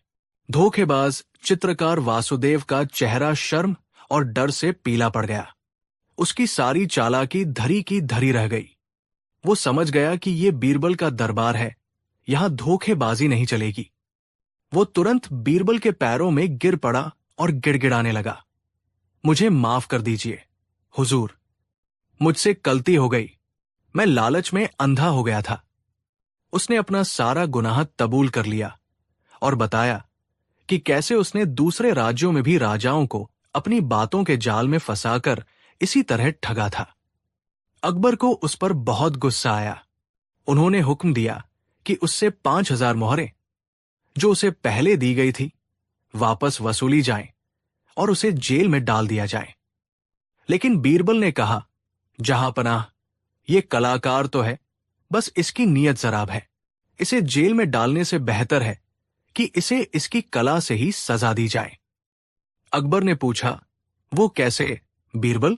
बीरबल ने जवाब दिया, इसे हुक्म दिया जाए कि ये बिना किसी मेहनताने के अपनी कला का इस्तेमाल करके आपके इस चित्र को पूरा करे, और सजा के तौर पर दरबार के सभी 50 मुख्य दरबारियों के पूरे पूरे चित्र भी मुफ्त में बनाएगा। जब ये महीनों तक मुफ्त में मेहनत करेगा तो इसे अपनी धोखेबाजी का सबक अपने आप मिल जाएगा। अकबर को ये सजा बहुत पसंद आई। उन्होंने वासुदेव को यही सजा सुनाई। उस दिन के बाद वो धोखेबाज चित्रकार महीनों तक महल में रहकर मुफ्त में चित्र बनाता रहा और अपनी ठगी का कर्ज चुकाता रहा। और बीरबल ने एक बार फिर ये साबित कर दिया कि बुद्धि का एक छोटा सा आईना धोखे और झूठ के सबसे बड़े महारथी को भी उसका असली चेहरा दिखा सकता है। कहानी 6। उस दौर में जब हिंदुस्तान की किस्मत शहंशाह जलालुद्दीन मोहम्मद अकबर के हाथों में लिखी जा रही थी, तब उनकी सल्तनत का सूरज अपनी पूरी बुलंदी पर था। आगरा का किला सिर्फ एक इमारत नहीं, बल्कि मुतलिया सल्तनत की ताकत और शान का जीता जागता सबूत था। शहंशाह अकबर एक के बाद एक जंगे जीत रहे थे। उनकी हुकूमत की सीमाएं फैलती जा रही थी और उनका टजाना सोने चांदी से लबालब भरा था। लगातार मिलती कामयाबियों ने जहां शहंशाह को एक महान शासक बनाया, वहीं उनके दिल के किसी कोने में घमंड का एक छोटा सा पौधा भी उगने लगा था। उन्हें लगने लगा था कि उनकी सोच, उनकी ताकत और उनके फैसलों के आगे दुनिया की हर चीज छोटी है। वो अक्सर कहते, एक सल्तनत हाथी की तरह होती है और प्रजा चींटियों की तरह। हजारों चींटियां मिलकर भी एक हाथी का मुकाबला नहीं कर सकती। ये कहानी उस दिन की है जब शहंशाह अकबर के इसी घमंड को एक बहुत बड़ा सबक मिलने वाला था।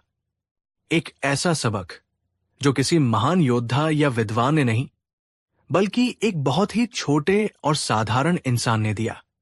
उन दिनों आगरा में यमुना नदी के किनारे एक खूबसूरत बात, जन्नत आगरा बनाने का काम चल रहा था। ये शहंशाह अकबर का सपनों का बात था। वो चाहते थे कि ये बाट इतना खूबसूरत हो कि लोग इसे देखकर स्वर्ग को भी भूल जाएं। हजारों मजदूर, कारीगर, माली और संगतराश दिन रात इस काम में लगे हुए थे। एक शाम शहंशाह अकबर अपने मुख्य मंत्रियों और बीरबल के साथ बात के निर्माण का जायजा लेने पहुंचे। उन्होंने देखा कि हजारों लोग पसीना बहा रहे हैं। कोई पत्थर ढो रहा है, कोई नहर खोद रहा है, तो कोई नन्हे नए पौधे लगा रहा है। ये नजारा देखकर अकबर ने बड़े गर्व से अपना सीना फुलाया और अपने दरबारियों से कहा, देखो, ये है हमारी ताकत का नजारा। ये सब हमारी सोच और हमारे हुक्म का नतीजा है। ये हजारों छोटे छोटे हाथ मिलकर हमारे एक बड़े सपने को हकीकत में बदल रहे हैं। लेकिन याद रखो, इन छोटे लोगों की अपनी कोई पहचान नहीं है। ये सिर्फ हमारे हुक्म के गुलाम है। इनकी मेहनत तभी थीमती है जब इसके पीछे हमारी सोच हो। दरबारियों ने तुरंत चापलूसी भरे अंदाज में हम मिलानी शुरू कर दी। बेशक जहांपना, आप ही इस सल्तनत के दिमाग है। बाकी सब तो बस हाथ पैर है। लेकिन बीरबल, जो हमेशा की तरह खामोश खड़े थे, उनके चेहरे पर एक हल्की सी असहमति की लकीर थी। अकबर ने यह देख लिया। उन्होंने बीरबल से पूछा, क्यों बीरबल, तुम चुप क्यों हो? क्या तुम्हें हमारी बात से कोई ऐतराज है? बीरबल ने अदब से सिर झुकाया और कहा, गुस्ताखी माफ हो जहांपना, लेकिन मेरा मानना थोड़ा अलग है। आप बेशक इस सल्तनत के दिमाग हैं, लेकिन इन छोटे छोटे हाथों के बिना आपका कोई भी सपना हकीकत नहीं बन सकता। कभी कभी एक छोटी सी चिंगारी भी पूरे जंगल को जलाकर राख कर सकती है, और एक छोटी सी सुई भी बड़े बड़े कपड़ों को जोड़ने का काम करती है। इसलिए हमें कभी किसी को छोटा नहीं समझना चाहिए। अकबर को बीरबल की ये बात सुनकर थोड़ा गुस्सा आ गया। उनका घमंड आहत हुआ। बीरबल, तुम हमेशा किताबी बातें करते हो। हकीकत यह है कि बड़ा बड़ा होता है और छोटा छोटा। तुम कहते हो किसी को छोटा मत समझो, तो जाओ और साबित करके दिखाओ। ले आओ मेरे सामने किसी ऐसे छोटे इंसान को जो मुझे ये मानने पर मजबूर कर दे कि वो मुझसे या मेरी सोच से किसी भी मामले में बड़ा हो सकता है। ये एक सीधी चुनौती थी। दरबार में सन्नाटा छा गया।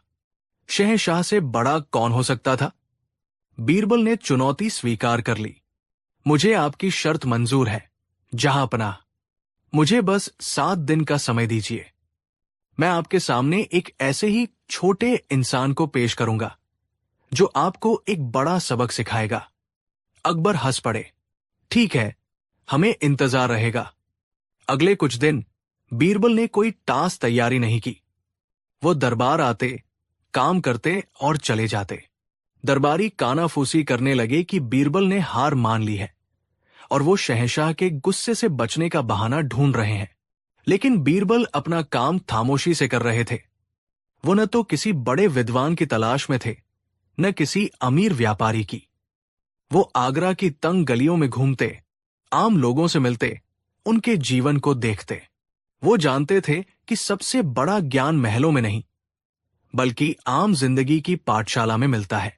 छठे दिन बीरबल एक कुम्हारों की बस्ती से गुजर रहे थे। उन्होंने देखा कि एक छोटा सा, करीब 8-10 साल का बच्चा, जिसका नाम केशव था, मिट्टी के खिलौने बना रहा था। उसके हाथ छोटे थे, लेकिन उनमें गजब की सफाई थी। लेकिन बीरबल का ध्यान उसकी कलाकारी पर नहीं, बल्कि उसकी सोच पर गया। केशव के पास मिट्टी का एक संकरे मुंह वाला घड़ा था, जिसके अंदर एक कंचा फंस गया था। बाती बच्चे घड़े को तोड़ने की बात कर रहे थे, लेकिन केशव ने ऐसा नहीं किया। उसने शांति से घड़े में पानी भरा। कंचा हल्का होने की वजह से पानी के ऊपर तैरने लगा और घड़े के मुंह तक आ गया। केशव ने उसे आसानी से निकाल लिया।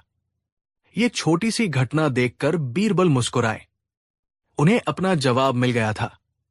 वो केशव के पास गए, उससे बातें की और उसके माता पिता से मिलकर उसे अगले दिन दरबार में लाने की इजाजत ले ली। 7वें दिन दरबार खचाखच भरा हुआ था। हर कोई ये देखने को बेताब था कि बीरबल अपनी बात कैसे साबित करते हैं। शहंशाह अकबर अपने सिंहासन पर एक विजेता की तरह बैठे थे। बीरबल दरबार में दाखिल हुए। उनके साथ वो छोटा सा बच्चा केशव भी था, जिसने सादे कपड़े पहने थे और उसकी आंखों में एक भोली सी हैरानी थी। एक बच्चे को दरबार में देखकर सब हंसने लगे। मुल्ला दो प्याजा ने ताना कसा, वाह बीरबल, जब कोई बड़ा नहीं मिला तो एक बच्चे को पकड़ लाए। क्या ये बच्चा शहंशाह को सबक सिखाएगा? अकबर ने भी गुस्से में कहा, बीरबल, ये क्या मजाक है? क्या यह है तुम्हारा वो छोटा इंसान जो हमें चुनौती देगा? बीरबल ने सिर झुकाकर कहा, जी जहांपनाह, यही है। ये बच्चा आपसे कोई जंग नहीं लड़ेगा, नहीं आपको कोई ज्ञान देगा। ये तो बस आपसे एक छोटा सा सवाल पूछना चाहता है। अगर आप और आपके सभी बुद्धिमान मंत्री उस सवाल का जवाब दे पाए तो मैं अपनी हार मान लूंगा। अकबर के अहंकार को ये बात और चुभ गई। एक बच्चा उनसे सवाल पूछेगा? उन्होंने कहा, ठीक है, पूछो। ऐसा कौन सा सवाल है जिसका जवाब अकबर आजम के पास न हो? केशव, जिसे बीरबल ने पहले ही सब समझा दिया था, थोड़ी हिम्मत करके आगे बढ़ा। उसने अपनी मासूम आवाज में पूछा, शहंशाह सलामत, आप इतने बड़े और महान हैं। आपके पास दुनिया की हर दौलत, हर ताकत है।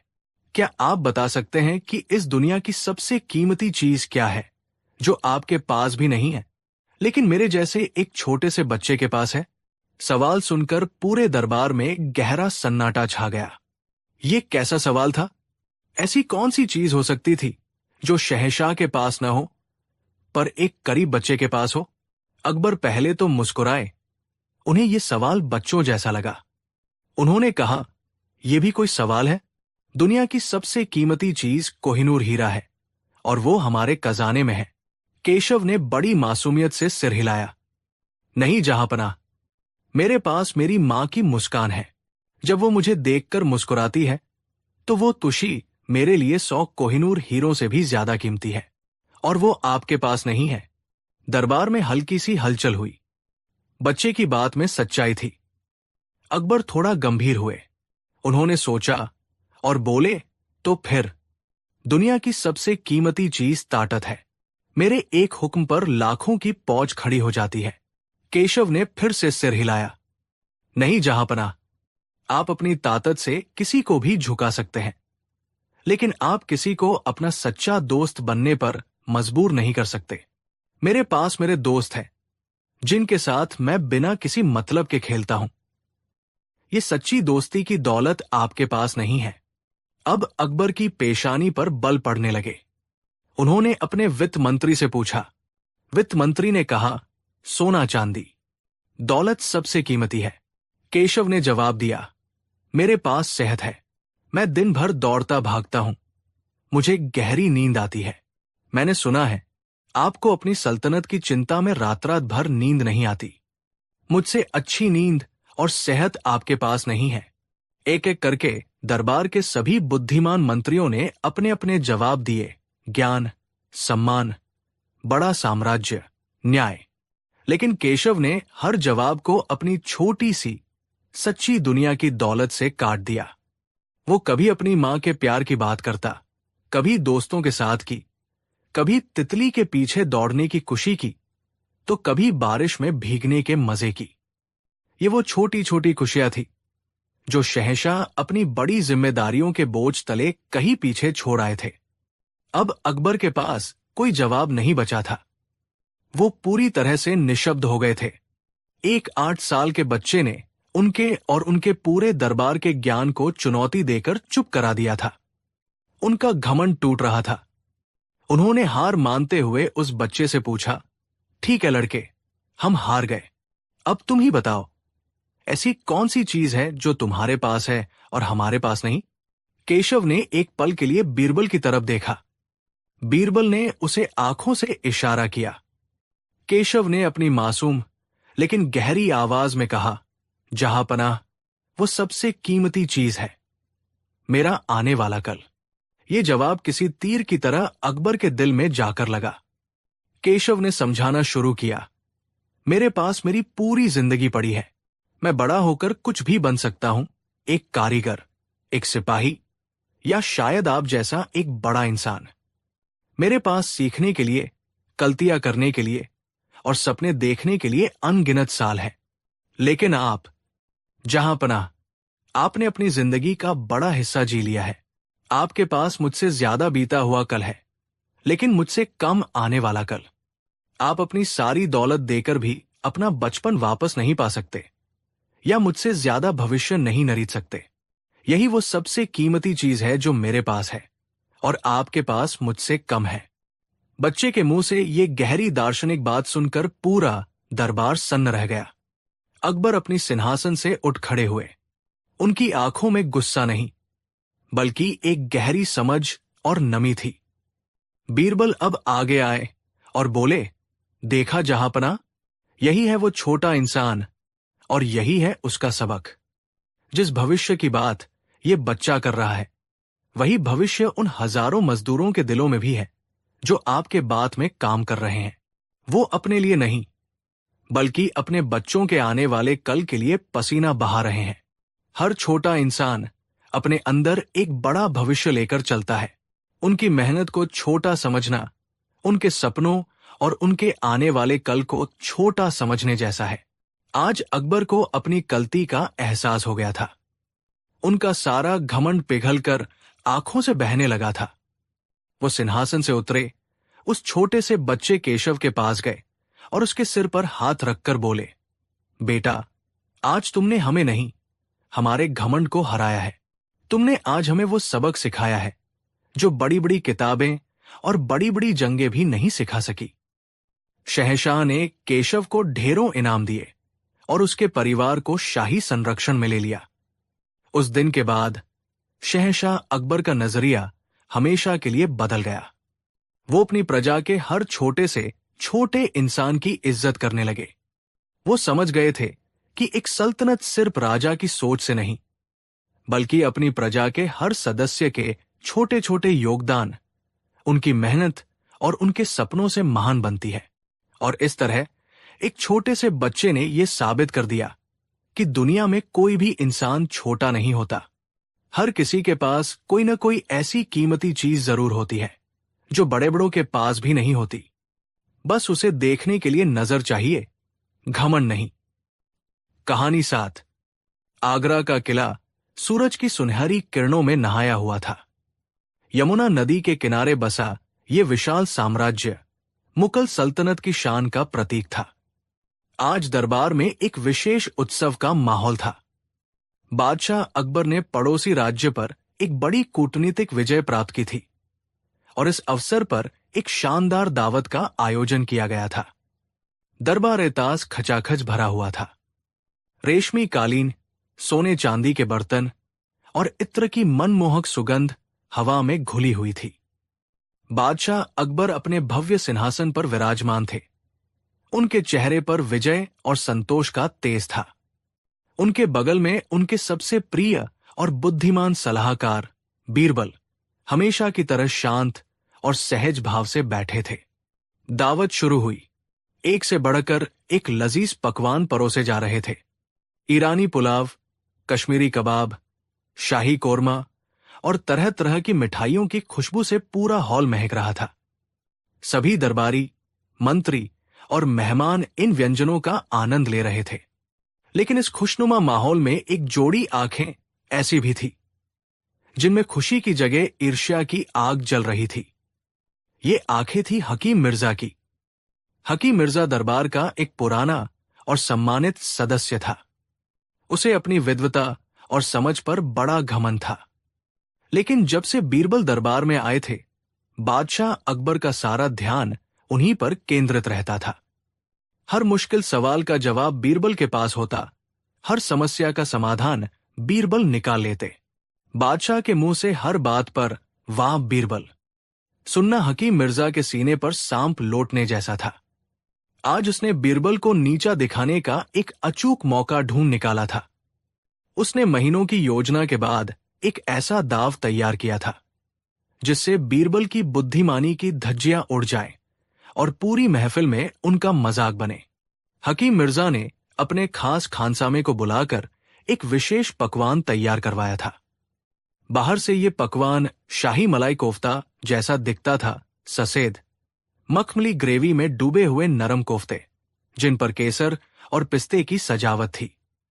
देखने में ये इतना आकर्षक था कि किसी के भी मुंह में पानी आ जाए। लेकिन इसके अंदर एक रहस्य छिपा था। हकीम मिर्जा ने दुनिया की सबसे तीखी और जलन पैदा करने वाली भूत झोलकिया मिर्चों को पीसकर उन कोफ्तों में भरवा दिया था। इसका तीखापन इतना भयानक था कि एक छोटा सा टुकड़ा भी किसी के मुंह में आग लगा सकता था। जैसे ही सेवादार पकवानों की थालियां लेकर चले, हकीम मिर्जा अपनी जगह से उठा और बीरबल के पास पहुंचा। उसके चेहरे पर शहद जैसी मीठी लेकिन बनावटी मुस्कान थी। बीरबल जी, उसने बड़ी विनम्रता से कहा, आज इस खुशी के मौके पर मैंने छाछ आपके लिए एक व्यंजन तैयार करवाया है। यह हमारे खानदान की पुश्तैनी विधि है। मुझे उम्मीद है कि आपको यह पसंद आएगा। बीरबल ने हकीम मिर्जा की आंखों में झांका। उन्हें एक पल के लिए वहां कुछ अजीब लगा, लेकिन उन्होंने अपनी सहज मुस्कान के साथ कहा, मिर्जा जी, ये तो आपका बड़प्पन है।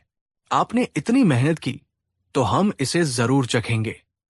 हकीम मिर्जा ने खुद अपने हाथों से शाही मलाई कोफ्ते का एक बड़ा टुकड़ा बीरबल की थाली में परोसा। आसपास बैठे दरबारियों की नजरें अब बीरबल पर थी। बादशाह अकबर भी मुस्कुराते हुए ये दृश्य देख रहे थे। बीरबल ने कोफ्ते का एक छोटा टुकड़ा तोड़ा और जैसे ही उसे मुंह में रखा, एक सेकंड के लिए उनकी दुनिया घूम गई। ऐसा लगा जैसे किसी ने उनके मुंह में दहकते अंगारे भर दिए हों। उनकी जबान, गला और पूरा मुंह जलने लगा। आंखों से पानी बहने को तैयार था। चेहरा पसीने से तर हो गया। एक पल को तो उनका जी चाहा कि चीख पड़े और पानी के लिए चिल्लाए। लेकिन वे बीरबल थे। उन्होंने अपनी पीड़ा को चेहरे पर आने नहीं दिया। उन्होंने अपनी आंखें बंद की, एक गहरी सांस ली और किसी तरह उस निवाले को निगल गए। हकीम मिर्जा की आंखें चमक रही थी। वो इंतजार कर रहा था कि कब बीरबल पानी पानी चिल्लाएंगे, खांसेंगे और लाल पीले होकर अपनी हार मान लेंगे। लेकिन ऐसा कुछ नहीं हुआ। बीरबल ने अपनी आंखें खोली। उनके चेहरे पर पीड़ा का कोई निशान नहीं था, बल्कि एक अजीब सी शांति थी। उन्होंने हकीम मिर्जा की ओर देखकर कहा, वाह मिर्जा जी, वाह, क्या अद्भुत स्वाद है। ऐसा व्यंजन तो मैंने आज तक नहीं चखा। इसमें जो एक अनोखी गर्मी है, वो तो शरीर में स्फूर्ति पैदा कर रही है। ये सुनकर हकीम मिर्जा का मुंह खुला का खुला रह गया। उसे अपने कानों पर यकीन नहीं हुआ। क्या ये वही बीरबल है जिसने अभी अभी आग का गोला निगला है?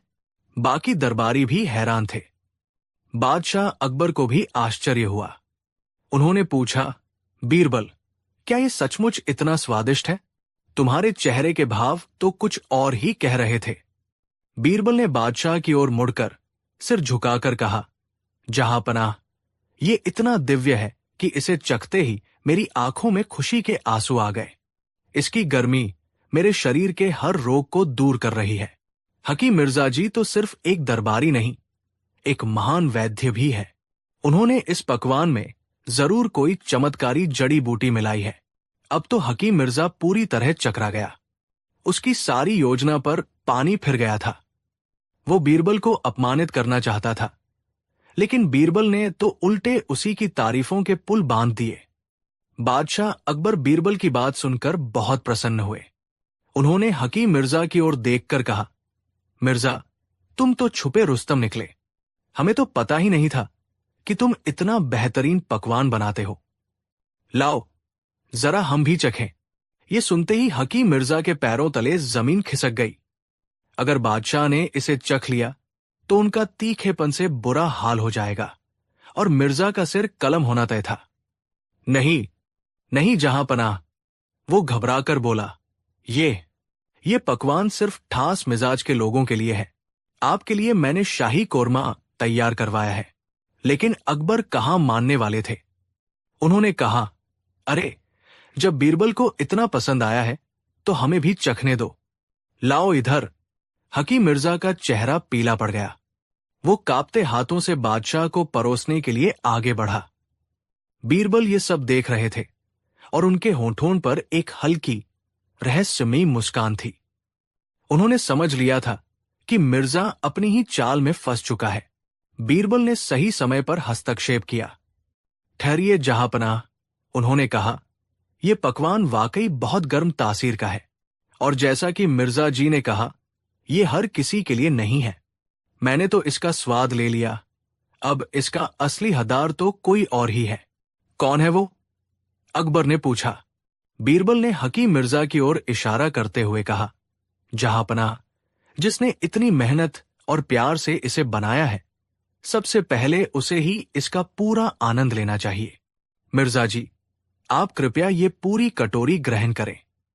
यह आपकी कला का सम्मान होगा। अब तो हकीम मिर्जा की हालत देखने लायक थी। चारों तरफ से दरबारी उसे देखने लगे। बादशाह अकबर भी बीरबल की बात से सहमत हो गए। हाँ बीरबल, तुमने बिल्कुल सही कहा। मिर्जा, अपनी बनाई हुई चीज का आनंद तो तुम्हें ही लेना चाहिए। हकीम मिर्जा के पास अब कोई रास्ता नहीं बचा था। या तो वो अपनी सच्चाई कबूल करता और बादशाह के गुस्से का शिकार बनता, या फिर अपने ही बनाए जहर को पीता। उसने दूसरा रास्ता चुना। कांपते हुए उसने वो कोफ्ता उठाया और मुंह में रख लिया। अगले ही पल उसकी आंखों से गंगा जमुना बहने लगी। उसका चेहरा तमतमाकर लाल हो गया। वो जोर जोर से खांसने और हांफने लगा। पानी, पानी, वो चिल्लाया। पूरा दरबार ठहाकों से गूंज उठा। हकीम मिर्जा की सारी हैकड़ी निकल चुकी थी। बीरबल ने शांत भाव से एक गिलास पानी उसकी ओर बढ़ाया। अपमान की जो आग हकीम मिर्जा ने बीरबल के लिए जलाई थी, आज वो उसी में खुद झुलस गया था। बीरबल ने एक शब्द कहे बिना अपनी बुद्धि से उसे एक अविस्मरणीय सबक सिखा दिया था। लेकिन कहानी यहां खत्म नहीं हुई थी। बीरबल जानते थे कि ये तो बस शुरुआत थी। मिर्जा का घमंड चकनाचूर हुआ था, लेकिन उसकी ईर्ष्या की आग अब नजरत की ज्वाला बन चुकी थी। बीरबल को एहसास था कि ये अपमान मिर्जा कभी नहीं भूलेगा और वो एक बड़े और घातक प्रतिशोध की तैयारी करेगा। हफ्तों बीत गए। दरबार में सब कुछ सामान्य लग रहा था, लेकिन बीरबल जानते थे कि सतह के नीचे एक तूफान पनप रहा है। हकीम मिर्जा अब दरबार में पहले से ज्यादा शांत और विनम्र रहता था। वो बीरबल से नजरें चुराता और किसी भी बहस में हिस्सा नहीं लेता। कुछ लोगों को लगा कि उसने अपनी हार स्वीकार कर ली है, लेकिन बीरबल उसकी खामोशी के पीछे छिपे जहर को पहचानते थे। वो जानते थे कि घायल सांप सबसे ज्यादा खतरनाक होता है। एक दिन बादशाह अकबर बहुत चिंतित अवस्था में अपने कक्ष में टहल रहे थे। बीरबल ने प्रवेश किया और पूछा, जहांपनाह, क्या बात है? आप इतने परेशान क्यों लग रहे हैं? अकबर ने एक गहरी सांस ली। बीरबल, हमारे राज्य के उत्तरी हिस्से से बहुत बुरी तबरें आ रही है।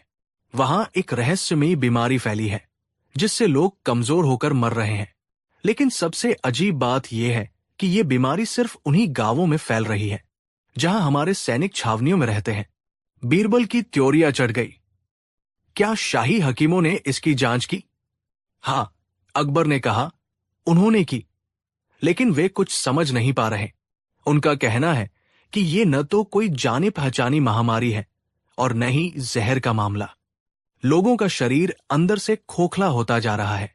उसी समय हकीम मिर्जा ने कक्ष में प्रवेश किया। उसके चेहरे पर गहरी चिंता का भाव था, लेकिन आंखों में एक धूर्त चमक थी जिसे सिर्फ बीरबल ही देख सकते थे।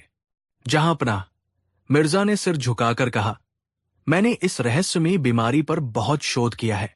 ये कोई आम बीमारी नहीं है, ये एक दैवीय प्रकोप है। उत्तरी पहाड़ियों में रहने वाले एक सिद्ध पुरुष है जो हमारी सल्तनत से नाराज है। ये उन्हीं का किया हुआ श्राप है। अकबर चौंक गए। दैवीय प्रकोप? इसका क्या समाधान है? समाधान बहुत कठिन है, जहांपनाह, मिर्जा ने अपनी आवाज में रहस्य घोलते हुए कहा। उस सिद्ध पुरुष को शांत करने के लिए एक विशेष अग्नि परीक्षा का आयोजन करना होगा। हमें राजधानी के मुख्य चौक पर एक पवित्र अग्नि कुंड बनाना होगा। उस कुंड के ऊपर से दरबार के सबसे शुद्ध और निष्पाप व्यक्ति को गुजरना होगा। अगर वो व्यक्ति बिना जले पार हो गया तो श्राप टल जाएगा। बीरबल समझ गए कि ये हकीम मिर्जा का बिछाया हुआ जाल है। ये एक ऐसी चाल थी जिसमें बीरबल को फंसाने का पूरा इंतजाम था। अकबर ने बीरबल की ओर देखा। बीरबल, इस बारे में तुम्हारी क्या राय है? बीरबल जानते थे कि अगर उन्होंने इस बात का विरोध किया तो मिर्जा उन पर अंधविश्वासी न होने और सल्तनत की परवाह न करने का आरोप लगा देगा। इसलिए उन्होंने एक अलग रास्ता चुना।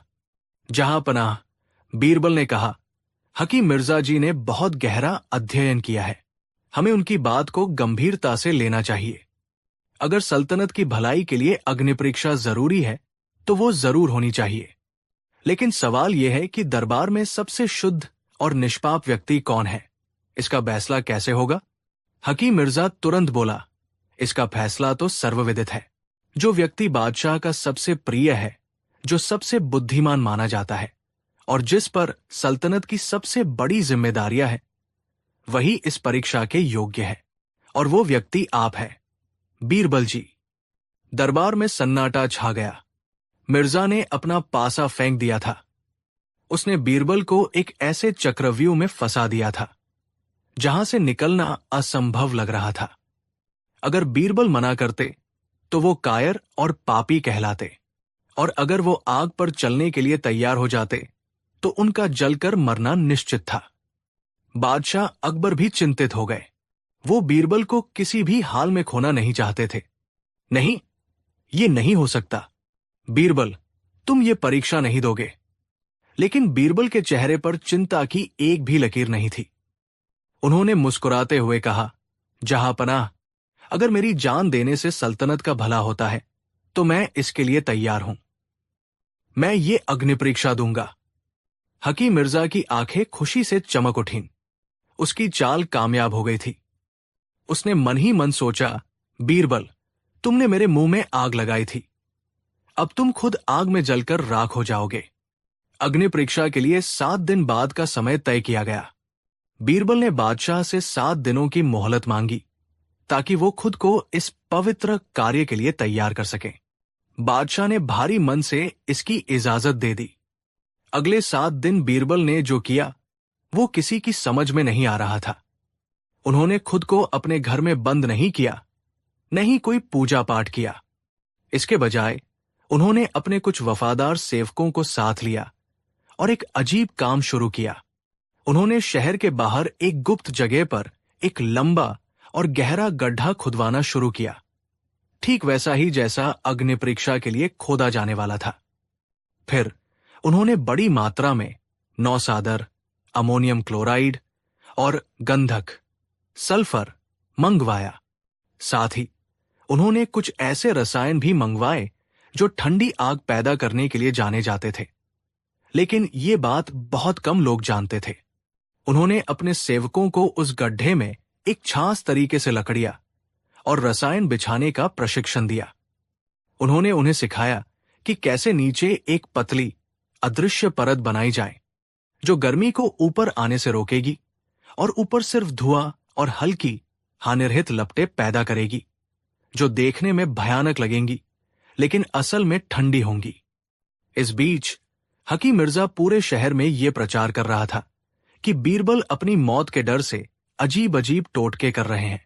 वो हर रोज बादशाह के कान भरता, देखिए जहांपनाह, बीरबल कितने डरे हुए हैं। एक सच्चा और निष्पाप व्यक्ति कभी मौत से नहीं डरता। अकबर का दिल बैठा जा रहा था, लेकिन उन्हें बीरबल की बुद्धि पर अब भी भरोसा था। अग्नि परीक्षा से एक रात पहले बीरबल ने अपने सबसे भरोसेमंद सेवक को बुलाया। सुनो, उन्होंने कहा, मैंने चौक पर खोदे गए अग्निकुंड के नीचे एक गुप्त सुरंग खुदवाई है। ये सुरंग सीधे मेरे घर के पिछवाड़े तक आती है। कल रात जब सब सो रहे होंगे तो मेरे विश्वस्त लोगों के साथ उस कुंड की सारी लकड़ियां और सामग्री बदल देना। मेरी तैयार की हुई थास लकड़ियां और रसायन वहां बिछा देना। ध्यान रहे, किसी को कानों कान खबर न हो। सेवक ने सिर झुकाकर हामी भरी।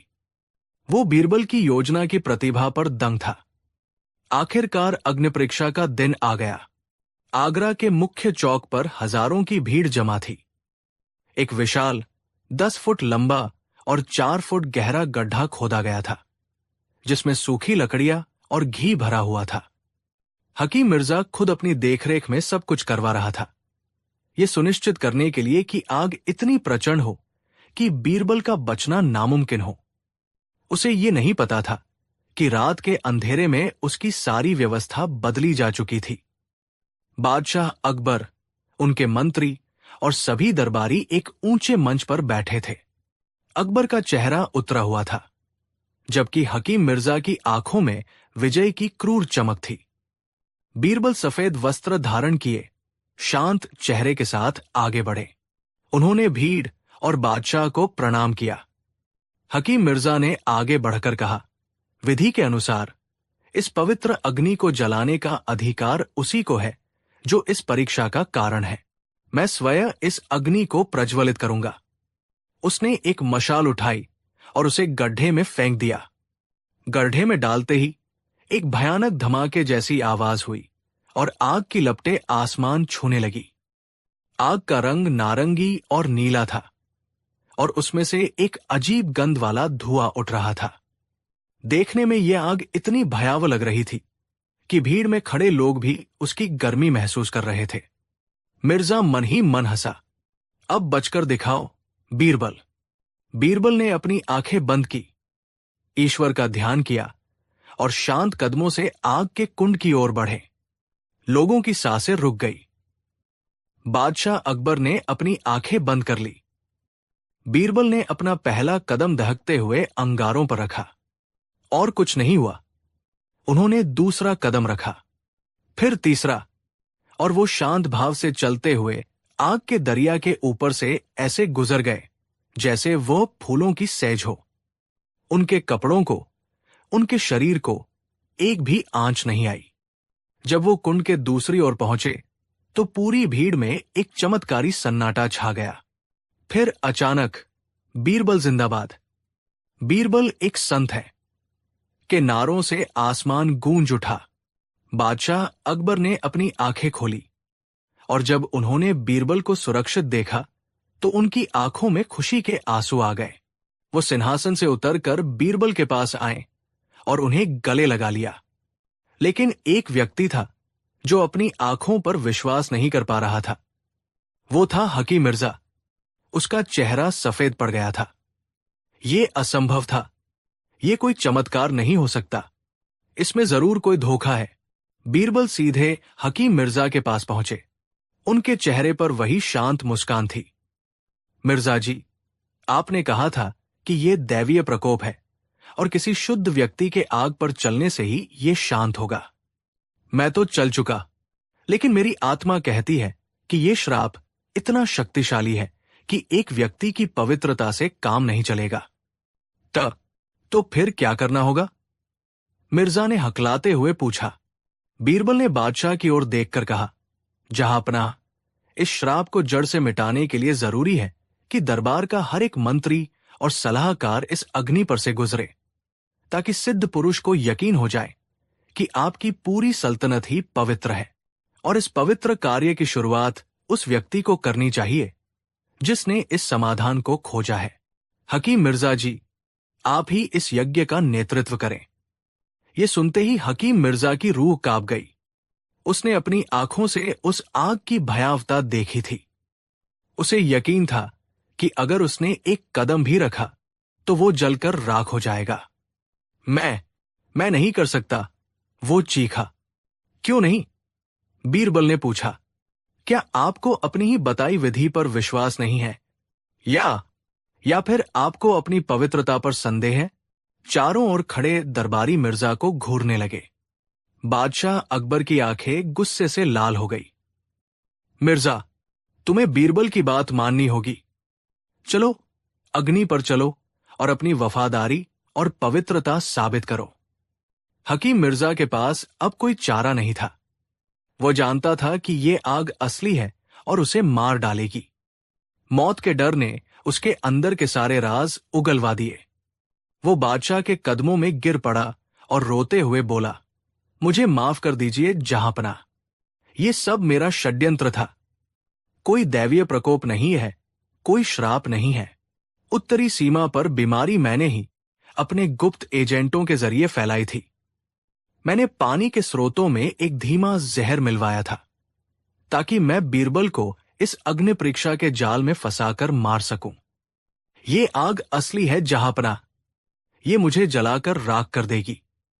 दरबार में और पूरी भीड़ में हड़कंप मच गया। हकीम मिर्जा का घिनौना सच सबके सामने आ चुका था। बादशाह अकबर गुस्से से आग बुला हो गए। उन्होंने सैनिकों को आदेश दिया, इस गद्दार को पकड़ लो, इसे जिंदाबाद में डाल दो। इसका फैसला कल सुबह होगा। जब सैनिक मिर्जा को घसीट कर ले जा रहे थे, तब बीरबल ने उस अग्निकुंड से एक जलता हुआ कोयला उठाया और उसे अपनी हथेली पर रख लिया। सबको हैरानी हुई, लेकिन बीरबल को कुछ नहीं हुआ। उन्होंने मुस्कुराते हुए कहा, जहांपनाह, जैसा कि मैंने कहा था, ये पवित्र अग्नि है। ये सिर्फ पापियों को जलाती है। फिर उन्होंने सच्चाई का खुलासा किया। उन्होंने बताया कि कैसे ये आग रसायनों का एक कमाल है, जो देखने में गर्म है पर छूने में ठंडी, और कैसे उन्होंने रात में ही असली लकड़ियों को इन नकली लकड़ियों से बदलवा दिया था। बादशाह अकबर और सभी दरबारी बीरबल की बुद्धिमानी के आगे नतमस्तक हो गए। बीरबल ने न केवल अपनी जान बचाई, बल्कि सल्तनत के एक बहुत बड़े गद्दार का पर्दाफाश भी कर दिया।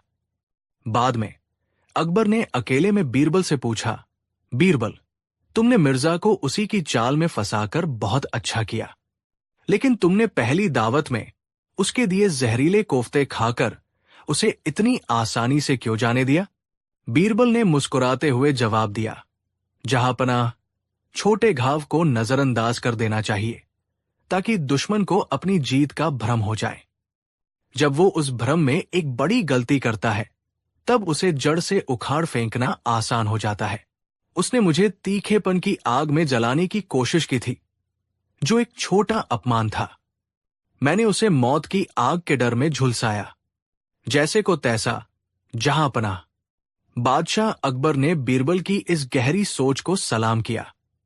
उस दिन के बाद दरबार में फिर किसी ने बीरबल से उलझने की हिम्मत नहीं की, और ये कहानी हमेशा के लिए इतिहास में दर्ज हो गई कि बुद्धि का सही इस्तेमाल तलवार की धार से